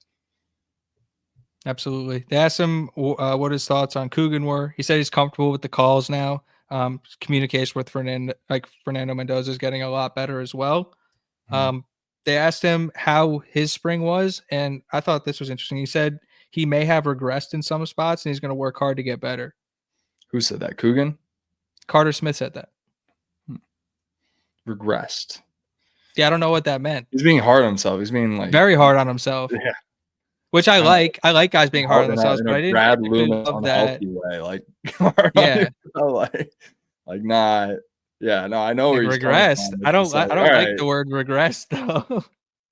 Yeah, it's just maybe Kamara took a big jump up and he's not able to handle him as much because that's the battle in practice is Kamara versus Carter Smith. Yeah, I don't really like that lingo. He's using it, I really don't. But I think I know where his head's at. I think he's being hard on himself and that he needs to get better. I'm also gonna go out on a limb and say if Carter Smith was in like if there was like real regression there, like it'd be DEFCON 7 in the Indiana like coaches room, like they'd be scrambling to figure something out if they felt like left tackle was a problem. I'm going out on a limb and saying not an issue at all. I think it's just Carter being very hard on himself. Yeah, I don't see Carter Smith getting replaced. No, I don't no. see that happening. And then I think that this is actually the worst question of the day. Somebody asked him the same question that they started the presser with. They asked him like what change, like differences between last year and this year. And he said he's just like last year, like they had a really great culture, but he feels like this year they had a great culture too. Like, how do you answer that question twice? He didn't do a very good job answering that question. He literally just answered it with something that stayed the same. He didn't. Yeah. He didn't answer it. He did. That's He how I failed. would listen. I would He failed that question. He just didn't. if I got that question 5 times in the same press conference, I'd probably ignore it. Ignore it too. What changed? What did change? We got a lot better. A lot more talent, I guess. I don't. Yeah. It's nice seeing Fisher being the one that's like, hey, I do think we're further along than spring, which is probably what should happen considering it's a lot of people's third camp with Cignetti as opposed to their first, like it was last year for everyone, basically. Mhm. So, you would expect that, but it sounds like the way they were saying it was in a way where it's like, yeah, we're better than we were. You can tell I'm not I don't want to say that, but from what it seems like they're being told obviously like be respectful. Don't be arrogant, don't be a dick up there. Like Yeah. you can't go up there and be like, yeah, we're fucking sick. Like we're a lot better than we were last year and we're gonna die. It's like They they're can't towing the say line that. and being like, yeah, we're kind of gross. Like we're kind of nasty. We can say that. Me and Yeah, you can I say think that. they're Like, yeah, nasty. these I think guys they're look gonna be fucking nasty. legit this year. They're mean, nasty, physical. They hit hard. They run fast. They run crisp routes. They're explosive. They have a good quarterback. They're well coached. Like they're a damn good football team. I'll say it for them. But if you're a Carter Smith, if you're an Aiden Fisher, one of the front-facing leaders of this football team, you can't be like, "Fuck you." Like you have to be respectful. Yeah, 100%. Spring game takeaways. I was gonna say I have 7, but I have a number 0. The game you weren't allowed to watch. The game I have 8 takeaways from the game we couldn't watch. Okay, let's rip them. 17 quote unquote new starters, Brad.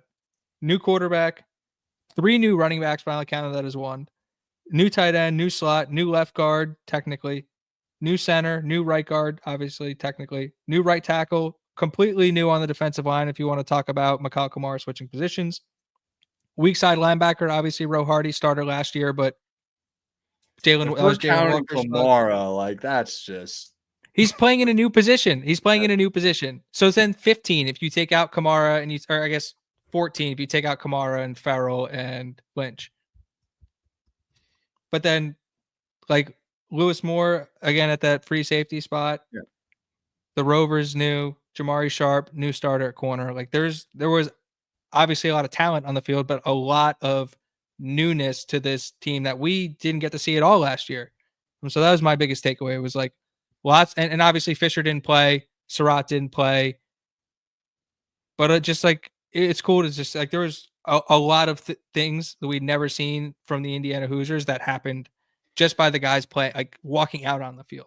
I thought that was interesting. So by your logic, we had 22 new starters last year because we had a brand new team and a brand new coach and everything. So honestly, yeah, so we've have a lot more continuity going into this year as opposed to last year, which is a huge thing in basketball. Definitely plays a part in football, like you talked about Mikal Kamara and Fisher and their communication, which I think is absolutely huge. Like can't be said enough how big that is.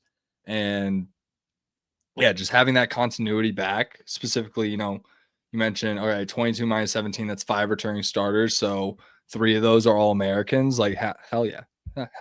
Hell's yeah. Yeah. And a lot to be excited for a 3 year. 3 of those guys were on the field in different positions last year. 4 of those guys, if you want to count Roe Hardy.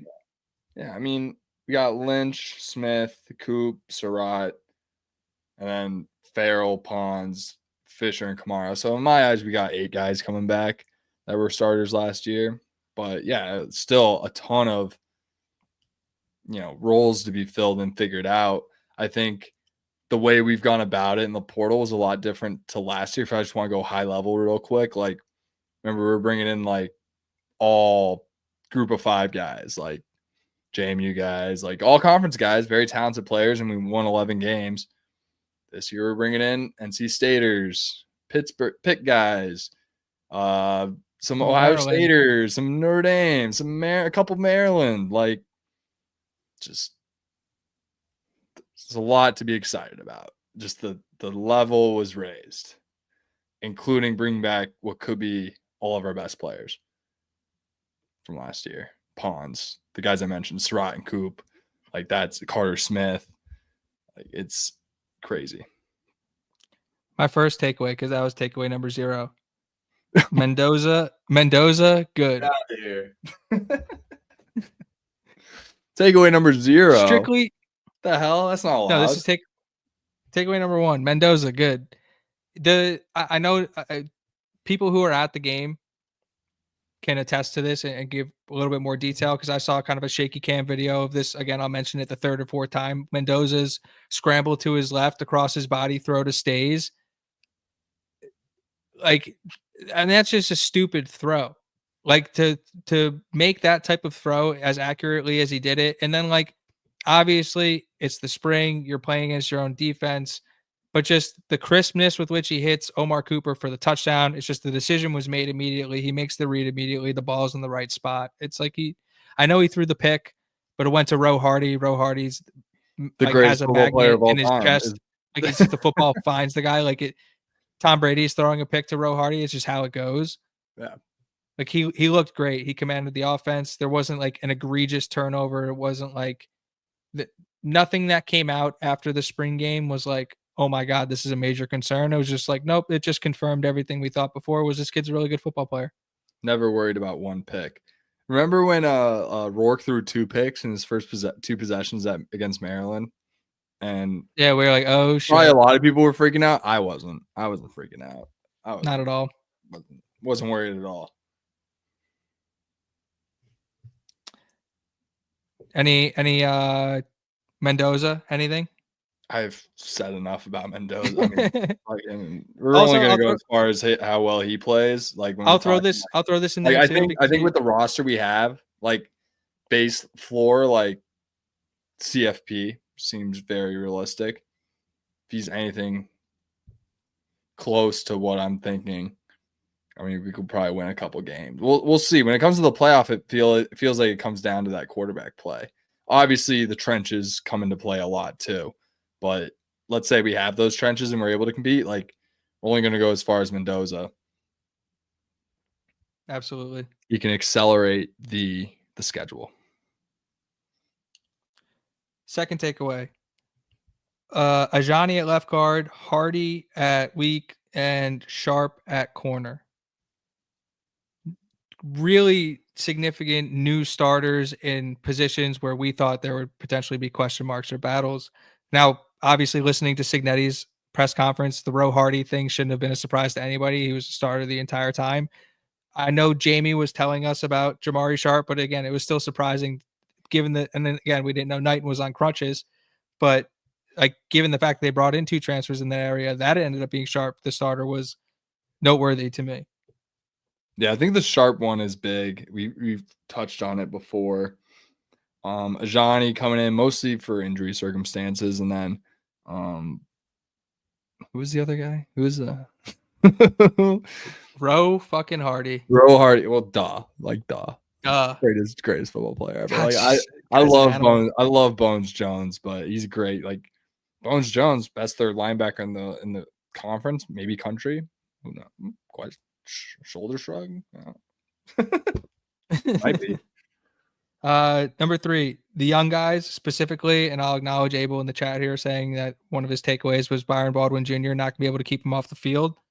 Baldwin, I heard Jalen Bell laid the wood. I think he lit up maybe Hamby. I don't know. Somebody in the chat help me out. But I heard Bell was laying the wood a little bit too. I know Stewart's name came up. LeBron Bond again had caught the touchdown from Alberto Mendoza. And then Kyler Garcia's name popped up on Twitter in a couple places I saw too, which I thought was really interesting. If you can get Kyler Garcia finds his way onto the field. That's what I was like, dude. Jesus Christ. That guy's going to be really good if Garcia is getting snaps and forces his way to play. Same with Baldwin, obviously. Like, we talk about all these freshmen, like, yeah, it'd be great to see them play, but if they do, it means they're really fucking good because these guys that are ahead of them are so solid and all like top recruits like they were, and the guys, and it's just going to be hard for them. Like it's a lot easier to get playing time as a freshman when you're on a shitty team like Jamari Sharp. Like he probably wasn't like he didn't play last year, but he played as a true freshman at Indiana. Now he's a senior, he has the experience, but now it's all kind of coming into fruition. I mean, it's just hard for like Jamari Sharp as a freshman wouldn't be playing on this team, and he's going to be a starter as a senior. So it's just if these guys are any way, shape, or form getting on the field, that's only a good thing. Yeah, for the long term, stacking years, stacking days. Yeah, I love saying that. And then my fourth takeaway, and I'll acknowledge Abel's second takeaway in the chat. He mentioned Kalen Black going to be doing really big things in 2025. Hemby and Black, explosive. We saw I think it was 45 yards from Black. I think there was an 18-yarder from Hemby, but just like these guys are bringing a different element of explosiveness to the run game that like we keep saying just like it just wasn't there last year. Yeah, it's the home run hitting ability. Like we loved Ellison and absolute workhorse Lawton when needed could be that workhorse as well. Didn't really see any like big touchdown runs minus the juice run in the Nebraska game where he juked out a couple guys and kind of made Nebraska DBs look a little silly because he's really not that type of player to be doing that in the open field. But yeah, it's I think we're going to see a lot more of some 40-yard, 50-yard touchdown runs this year, which we didn't necessarily. We saw a lot of rushing touchdowns, obviously, in the red zone. When we're inside the 10, we're running the ball. It's we're going to still see that, but I think we're going to see a little more explosive, plays from the run game. Obviously, we saw tons of explosive in the passing game. It's a big thing with these offensive coaches. Like, how many explosives can we get? And obviously, we're going to be able to do it in the passing game. I have very little doubt that will take a dip. If anything, it's going to go up. If we can get more explosive in the run game, not just like the 10-yard chunkers, but like the 20-yarders, the 30-yarders, only going to make this team just that much more of a threat. And it's only going to open up the passing game, which is kind of scary to think about a little bit in that regard. So 100%. And I know we didn't mention BB specifically, but there was a drive where they fed him. He did score during the spring game, which obviously, again, doesn't mean a ton, but they were going out of their way to get him the ball. And like his size, like we talked about 5'10", 220. I know they've had some issues potentially with pass pro, but he profiles as somebody who's going to be able to pick up blitzing linebackers and stuff guys off the end. So I'm not, like, again, not ruling out a three-headed monster. I don't think just because Lee Beebe wasn't mentioned by Carter Smith or that I didn't write him down here means that he's not going to be involved this year. Like, they're going to use three guys. They're going to need all of them, and he's going to be involved. Yeah, 100%. Number 5, the interior defensive line. And again, the people who were at the game can attest to this. They're an issue, a real issue. Specifically, Wheeler, Tyreek Tucker, and Ratcliffe. And I know we'll probably see Landino rotate down into that group too. And I know, like we just talked about Garcia a little bit, but just specifically those three.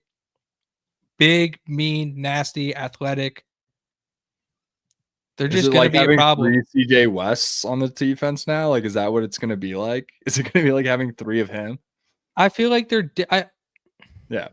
I'm not, obviously, like it's a blanket statement, obviously, but they're all good players, though, man. Impact-wise, I'm not going to tell you they're going to be second-round NFL guys, but yeah, like, impact-wise, could they have Tucker's an impact guy. We already know this. I mean, he makes plays. We saw the Pons pick 6.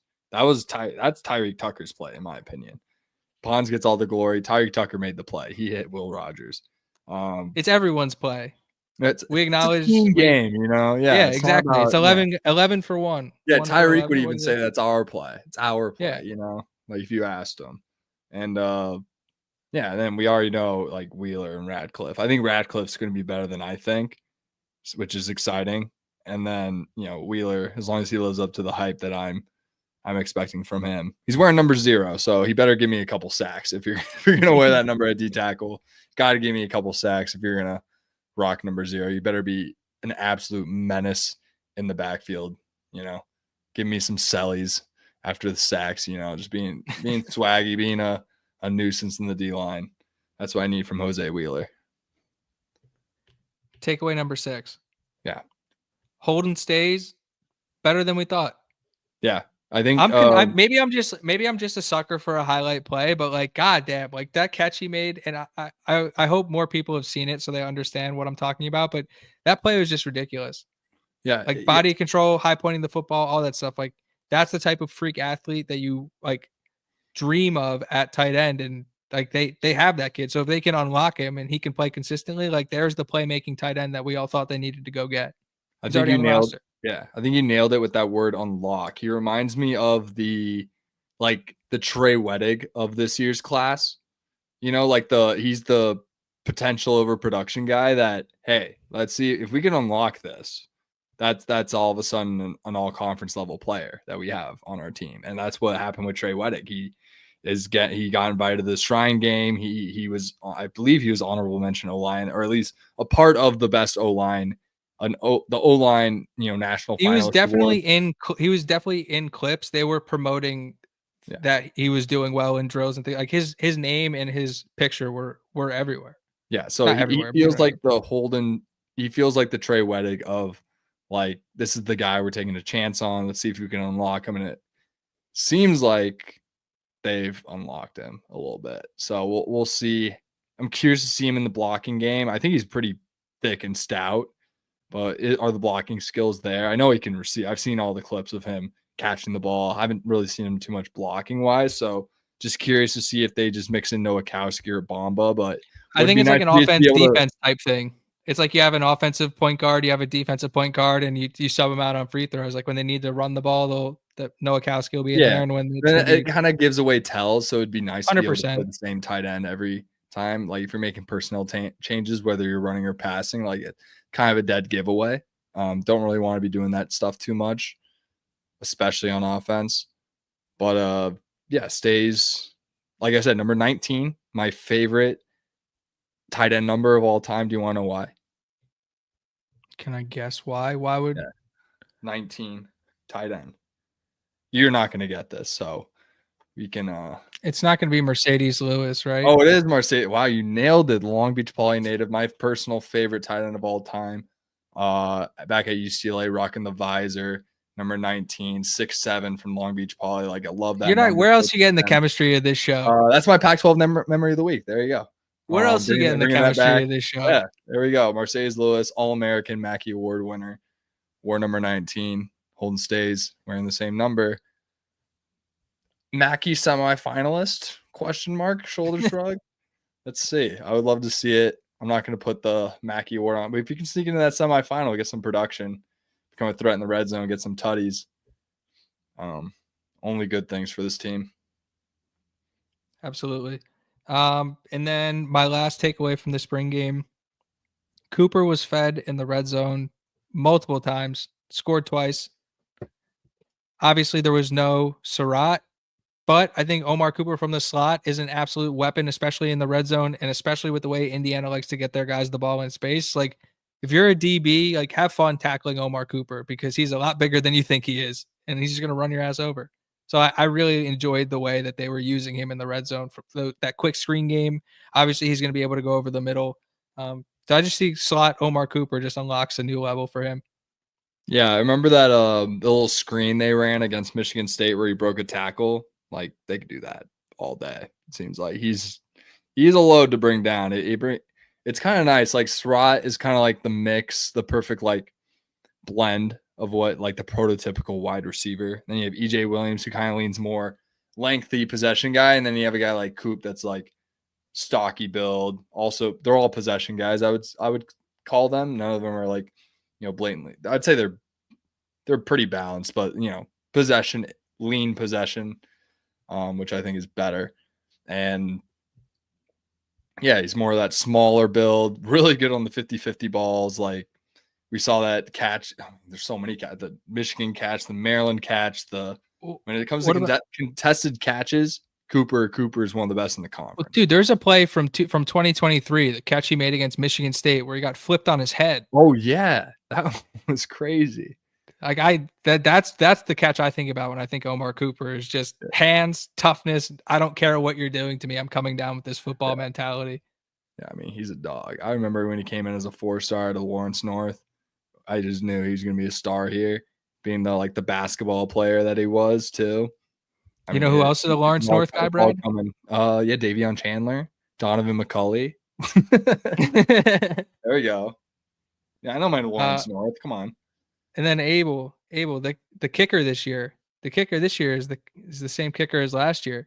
Mr. Consistency, Nico Radicic. He was looking absolutely. Go check out his presser. The Daily Hoosier posts all the pressers. I know there are other sites on YouTube that post the pressers, but the Daily Hoosier posts all of them.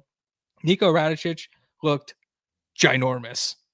He's wearing a schmedium, but like, think he's comfortable hitting a 55-yarder now. That'd be big for this team. I'm gonna go out on a limb and say his leg definitely got stronger. I know he's a little bit limited last year in terms of like how far his range extended, but in terms of being automatic, the dude was automatic. Like he was. Like kicking is not going to be a weakness. And the puncher they brought in is an extremely impressive. And Mark Langston, the long snapper, is also really impressive. Talking about making regressions to figure out what the best, how many reps he should do, and like I think is it McCarthy is the punter, right? Yeah, McCarthy, the Australian, right? Yeah, he's same like kicking school in Australia as James Evans. Yeah. Aussie punters are awesome. Utah, Kyle Whittingham kind of started that like about 10 years ago. I mean, they brought in this one kid from Australia. I swear I saw it with my very eyes in the Rose Bowl. The kid literally, he was doing like the running kick, right? He smokes the ball like 70 yards and it just dribbles out of the 1 yard line. I'm just the greatest punt I've ever seen live personally. And I watched Aaron Perez you were going to mention this, dude. That would have been 2 in 3 weeks, dude. What? Aaron Perez? Aaron Perez is a different punter, a different player. You're right. He's a punter at UCLA, number 17.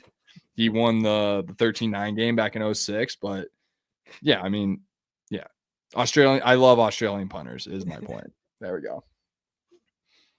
I almost said the other Aaron. But that's what I was saying. That would have been. I didn't do it. That would have been twice in 3 weeks. So it would have been a pattern. I almost did it earlier when I was talking about if we had stays and injuries. I almost said it could be Gronk and because that's what I think of, and I think when I think dual tight ends. I think of those 2 Patriot tight ends at that time. That's what I think of. The only unfortunate thing about Indiana football is they're now officially done for the spring. I believe I don't know if it's the basketball or the football portal. One of the portals closes tomorrow, so you can't enter anymore, but you can still sign. So there's going to be Indiana has 80 scholarships filled. They're going to get to the limit of 85. They're going to add more, whether that's in the slot at linebacker, maybe defensive line, who knows? Tight end. So we're going to have more news where there's going to be more commitments in the class of 2026. We're fast approaching the commitment date for Brody McWhorter, who's seems to be the quarterback Indiana is really targeting in the class of 2026. That's going to be a huge deal. I think that's on the 15th. Jacob Savage, another guy we've been watching, number 1 athlete in Kentucky. His commitment date is this Friday. Indiana's had him on campus a couple times. They're hot on his trail, so hoping for good news there. We're good on linebacker. I think we just kind of have our. I'm not class of 26. Next year we lose Fisher and we lose Bones Jones. Do we lose Jones? Yeah. So we have 1 more year of Bones. He's a redshirt junior. Wow. Yeah, we're only losing Fisher in this room. Wow. And maybe Utzinger. Yeah, I knew something was off. Then next year is when Jones, Caden Turner, and Utzinger are all seniors. So that's going to be a year awesome. where we're losing a lot. But yeah, we're going to have incredible. a sick linebacking room next year. But I don't want to. But it's literally April of 2025 and we're talking about 2026 right now. I'm just saying there's going to be my point being I was transitioning out of Indiana football to say that there's going to be more news coming, whether it's transfer, whether it's commitments, whether it's whatever it is. We have the draft coming up this week. Hopefully we hear Curtis Work's name. Hopefully we hear Trey Wedding's name. I know we're going to hear CJ West's name. Hopefully we hear Walker and Miles Price. And I make some picks. I think West and Rourke, I think, are locks. I think Jalen Walker's going to get a pick. I think he's going to get one. He just screams special teamer. I think someone's going to find a lot of value in that. Those are what I would consider the true locks. I think Asbury, and I even saw Sedarius Doss getting some conversations in with some teams. So I'm a huge fan of obviously rooting for every single guy, but I would say keep an eye on those three: Walker, Rourke, and West. Excited to potentially hear their names on Sunday and start, building this recruiting credibility of sending guys, pro Hoosiers. Like, that's important in recruiting. UCLA is doing a really good job of. I showed Keezer this the other day at their spring game. They brought in basically name a draft pick from UCLA in the past 20 years. He was so many former NFL players just talking to recruits. I just thought that's just a really cool thing that they did. Really cool strategy, kind of selling the NFL over NIL, just kind of like the Deshaun's new recruiting model. So if Indiana can maybe replicate that in some way and be able to kind of flex that over the course of time, that's just only going to be big things in the long run. Full blown agree. But my point being, Indiana football news happens. We're going to be on top of it. There's also obviously a ton of things going on in the world of Indiana basketball. When we spoke last, that was the commitment day of Lamar Wilkerson. Since then, Tayton Connerway, Josiah Miles, and today or yesterday, Jason Drake added to the roster officially. We haven't had a chance to talk about any of those guys. So, Brad, what are you transitioning into basketball? What do you think? Yeah, so I mean, guards for days. It's at a point where it's like, okay, let's get some centers. Let's get some rim protection. I have none of that so far. So it's clear that they really addressed the guard play, which is really important at the college level. Really addressed that, like, very much so. We got Drake and Josiah Miles going to be bench pieces. They're also juniors, so we got 2 years of them, which is awesome. Tayton Connerway going to be our point guard. We got him over. I was talking about Malik Mack, ended up going Tayton Connerway. Sure, I'll take, if it's not Malik Mack, I'll take the Sun Belt Player of the Year. That's going to be an absolute nightmare for Braden Smith come February. An absolute. The Avengers. Oh my! Like, defensively, this Tayton Connerway guy, like, there's no other guy I'd rather have guarding the other team's point guard in the country than this guy. This guy is an absolute menace. I actually watched a little bit of the Sun Belt championship game this past year. So I tried to watch all the championship games of the, all the mid majors. Was basically what I was trying to do. Got close.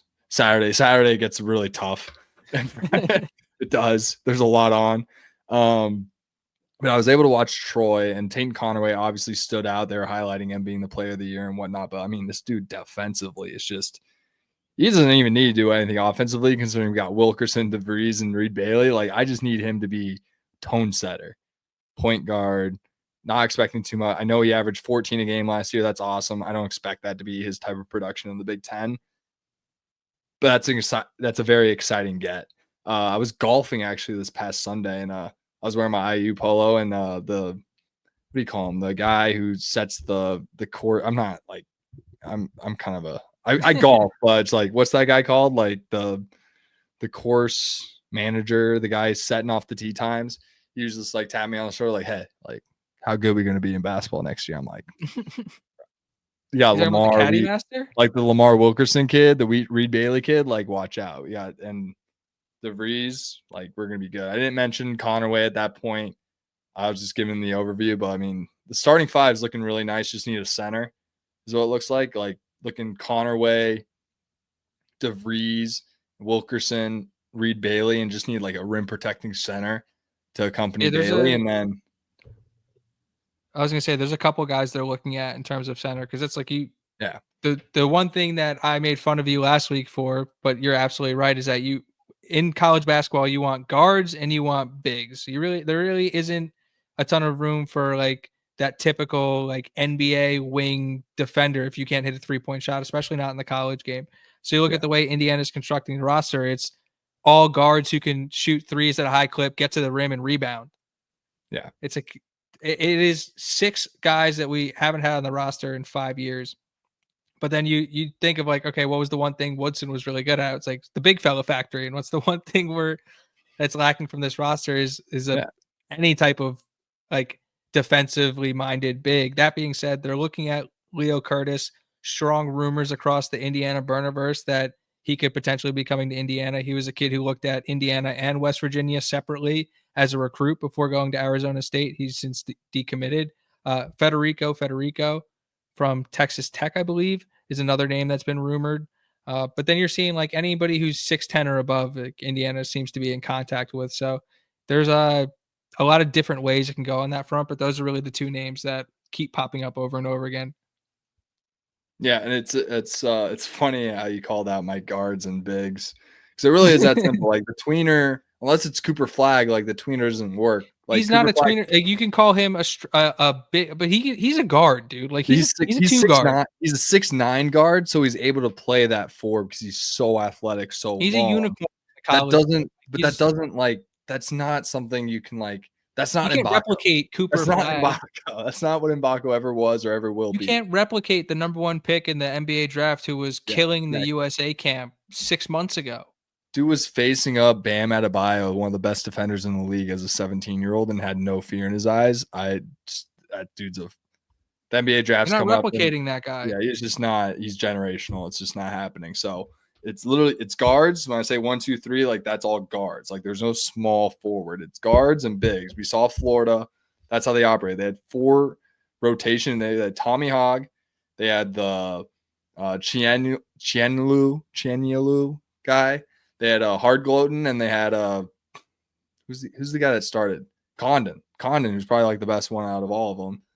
They just rotated those guys in. So if you can we already have Reed Bailey. Sisley can maybe be that one of those 4 potentially. But we'll see how many they add and who exactly they add.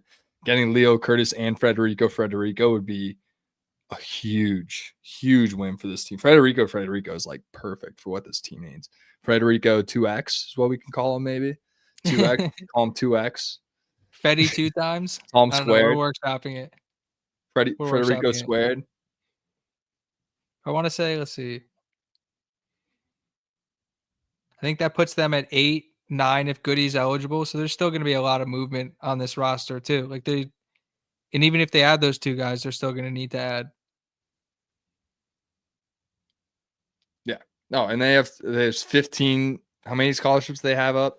I need Jamie Jordan again. I think he dipped out. I think if you go over, maybe if you go over 12, they ding you or something like that. I'm not really too up on the basketball. Oh, that could be a thing. So we'll see what the count ends up at, but it looks like they're at like 8 right now. Seems like something like that. Josiah Miles and Drake just being solid bench pieces moving forward, and obviously being guys that will probably come back next year. Hopefully, if things, the basketball portal is more like 10 times the shit show that the college football portal is. Yeah, that's the one. The basketball portal, technically, to enter the portal, that closes this week, but that doesn't mean you have to find a home. So anybody who's in the portal is just going to be out there until they can find a team, and that's like, like that could be a while. Yeah. You have any closing thoughts on Indiana basketball, Brad? Liking what I'm seeing. It's I just want to like settle the hype train. Like I'm excited. I like what I'm seeing. Let's slower roll. I saw some preseason Big Ten rankings and seeing IU fans, just going out like, oh, we're number 2 or we're number 3. Like, how are we not top 5? Like, slower roll. I think this team can make the tournament. And obviously, once you make the dance, you start dancing and anything can go your way. And it's kind of just what you need to do. The goal is to get to the tournament. And then from there, what happens, happens. And as long as we have a coach that gets you to the tournament every year, the chips will eventually fall your way and you will break through and win a national championship. That's just what happens, right? Obviously, there's obviously you look at Golden this past year, it's year 3, he's able to get it done, but like, and then Hurley would be another example of that. He was able to get it done. But those are brand names that have won already this century. Very different. You got to think more Virginia. Took a while for Tony Bennett to get that one. And he finally got, the team with Hunter and Kyle Guy and Ty Jerome, and just finally had the perfect concoction, and they were able to make their run. Like, these things are just not going to happen overnight, guys. Let's calm down the waters. Let's support the team. I'm liking what I'm seeing. We're doing all the right things. Let's keep it tempered. Let's keep it, hey, let's make the tournament. Let's see what happens. Let's be competitive. I think this team's already looking a lot, obviously maybe stars wise, credibility wise, like what programs they come from, maybe not as hyped, as this passing, but I think there are more, the roles seem to be kind of, because going into last year, it's like, who's going to do what, who's starting? Is it Carlisle or Galloway? Like, you don't really know. Like, turns out Goody and Leal are the starters for this team. That's how you win. Like, we had no idea how this team they didn't figure themselves out till mid-February. So it feels like this team kind of already has predetermined roles that DeVries has pitched them on. Yeah, and they're bringing guys in for a like purpose. Drake and Miles, like, you guys are going to come in, you're going to be off the bench though, probably year 1, and then you guys are going to get your shot as seniors in Indiana.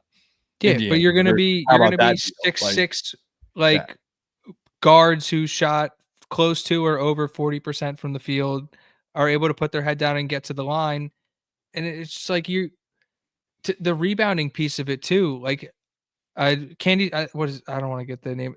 I think it's Candid Candy Stripe or hold on. Yeah, Candid Candy Stripes. He does coffee conversations on like every Saturday. He posts something out, but he's got his like certain metrics that he doesn't want people to be like over or like under. Like rebounding guards was like one of the things that he's been like pounding, right? And like just even the rebound per game numbers from the guards they're bringing in versus the guards we've watched for the last couple of years. It's like there's a noticeable shift in the type of player they're bringing in. If you can't shoot and you don't rebound, like, you're not going to play for Indiana at the guard spot. As simple as it is, that's literally the 2 most important things in the sport. Like, we can dissect, jumping ability, shot blocking ability. Like, that's really what it comes down to. And like, a lot of players on Indiana were either one or the other. That's just the reality. That's what basketball is. Basketball is literally shooting the ball and rebounding. So how do you get rebound? You play defense and you rebound. Like, that's. I love what they're doing. I enjoy the types of guys they're bringing in, and it's like you said, temper expectations. Like, is this going to be a team that we all should be screaming should be competing for a national championship this year? No. Like, let's field a full team first. Let's see them play basketball against an opponent. Like, let's watch them play in the Big Ten. But I think there are a lot of things to be excited about as Hoosier basketball fans, specifically looking for things that we haven't been able to see in this team for a while. So I like what he's doing. I enjoy the fact that, especially after the Wilkerson commitment, the fan base complaining about the speed with which the roster is being built has largely slowed down. Yes, beating out Kentucky for a big-time prospect does definitely help that. But it is nice to see that at least collectively, it feels like everyone's at least allowing DeVries time to build the roster. Yeah, let's try to be like rational adults here, guys. Like, let's try to be, I've said it before. Indiana has been to how many 4 Sweet 16s in 25 years. I'm just gonna leave it at that. I mean, it's something's gotta. I like saying things done right. It's refreshing. I know when Pundit was on and we were talking about how he didn't want to compare DeVries to Sig, like, it does look a hell of a lot like Sig, what he's doing. Like, Sunbelt Player of the Year, like, we'll get the A10 Player of the Year. We're going to get just going to get all these guys. I'm sure Lamar Wilkerson was Player of the Year in his or probably wasn't. Sam Houston. I think he was second team all conference. Yeah, Sam Houston State wasn't very good, but man, the kid could score, and give him another, give him a big score, give him Tucker DeVries, take some heat off him. Like, it's just going to make things easier for him as he transitions to the Big Ten level. So, yeah, I like what I'm seeing. Things are being done right, and I saw a lot of stuff about DeVries playing the 4, so we'll see kind of what they end up doing. I kind of see him as he's a guard. Like, I see him as I mean, maybe we can throw in some lineups where he's the 4, but he won't be starting there at the Big Ten. I don't see it. Never saw a Bob Knight show if he thinks offense is the top most important thing in basketball defense. I said the 2 most important things are shooting and rebounding. And I also said, like, I play a lot of basketball, John. I play a lot. It's literally shooting the ball, you get a rebound. How do you get a rebound? You play defense, and then you go get the rebound. You box out your guy. It's a very, very simple, in its essence, very simple game. Those are the 2 most important things: shooting and rebounding. Rebounding is defense. Give him hell, John. Give him hell. You can't. Yeah, give me all the smoke, but you can't get a rebound without playing defense. I feel like that. I might have skipped that part. I'm sorry. That's all I got for this week, Brad. You got anything else? Yeah, I got a quick Indiana Hoosier baseball. Oh wait, yeah, you want to talk Indiana baseball? I can't believe I. Yeah, it's at a point where it's like, man, it's going to be a quick one. They're coming off. Shout out to Devin Taylor. Yeah, they're coming off a series loss. They lost 2-1 or 1-2 to Illinois. They're sitting at 22-18. Definitely outside looking in, just coming from a weaker conference in the Big Ten. Really just going to come down to can this lineup that includes Devin Taylor, who just broke the school record for home runs. Will they be able to make a run in the Big Ten tournament? I imagine the Big Ten tournament champ gets an auto bid. I imagine. So it looks like they're going to have to make a run there, and if they, that's what's going to come down. Bottom line is they got to pitch better. Like they got to pitch better. They got to pitch better. It's ridiculous. It's like you can't have a game they'll win 13-1 and then they'll lose 13-1 the next day. It just never ends. Like let's look. They got mercy ruled by Illinois, 15-1. Mercy ruled. 12, and then they won 12-3 the previous day, and they lost a gritty 2-4 the day on Thursday. So, or Friday. Sorry, it's Friday, Saturday, Sunday series in college. For those that don't know, but yeah, Maryland, Iowa this week. Let's see what they can do. I don't know. It's tough. We're not gonna make this negative Indiana baseball pod. Yeah, I was gonna say I want to end it on a positive note. Change is looming. But yeah, let's end on a positive note. Yeah, it's gonna be a really exciting. Like I know it's gonna be a little while before we see football again, but like we're in for a really exciting next 2-3 months. Like they're ready to add pieces that can impact this roster in a real way. They're at a point where they know what they have in this team. They know where they're deficient at, and you can use that and go sell your vision to like portal guys. Like we're looking at another really good football team, and like there was that Sam Block tweet like talking about all the teams in the Big Ten and how they were going to be good this year, and he listed off like an angry Lincoln Riley and like Nebraska having a good head coach, and like left out Indiana because like the legacy media is going to take some time to shake off the perception of the BC era of Indiana. But like this, like don't let people gaslight you into thinking you don't know what you're looking at. Like we're looking at a very talented football team that's going to be really damn good this year, and they're still adding. Yeah, and it comes down to obviously much tougher schedule going into this year. So it's not like, obviously I know this team's better than last year. That doesn't necessarily make them a college football playoff lock.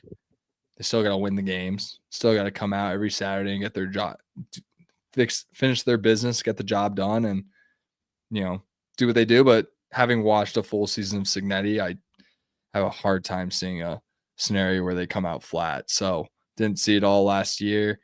Yeah, super pumped. When is August? It's April 22nd. It's April 22nd today, so we're a little bit away. And we're still doing 2.5 hours of Indiana. You're damn right. We'll be back next week talking the same thing. This was Indiana Hoosiers Live on the Voice of College Football, or on Indiana at the Voice of College Football on YouTube. Go check us out on the channel. Check us out on Twitter too, Voice of College Football, or Indiana VOCFB on Twitter. You can follow Brad at Bradley_Loomis8. You can follow me at Alec Keezer. Yeah, we're some exciting things coming in the world of the Voice of College Football Network this week. Don't know if I can talk about them yet, so I won't say anything, but some cool things to be on the lookout. And yeah, it's a great time to be a Hoosier, man. Thank you guys for listening. We'll see you next week. Go Hoosiers. Dodgers 10-7 up, bottom of the 8th on the Cubs. And Sox won. And Sox won. Nice. Yeah, Lakers Hoosiers are on right now. Oh my God. Hoosiers.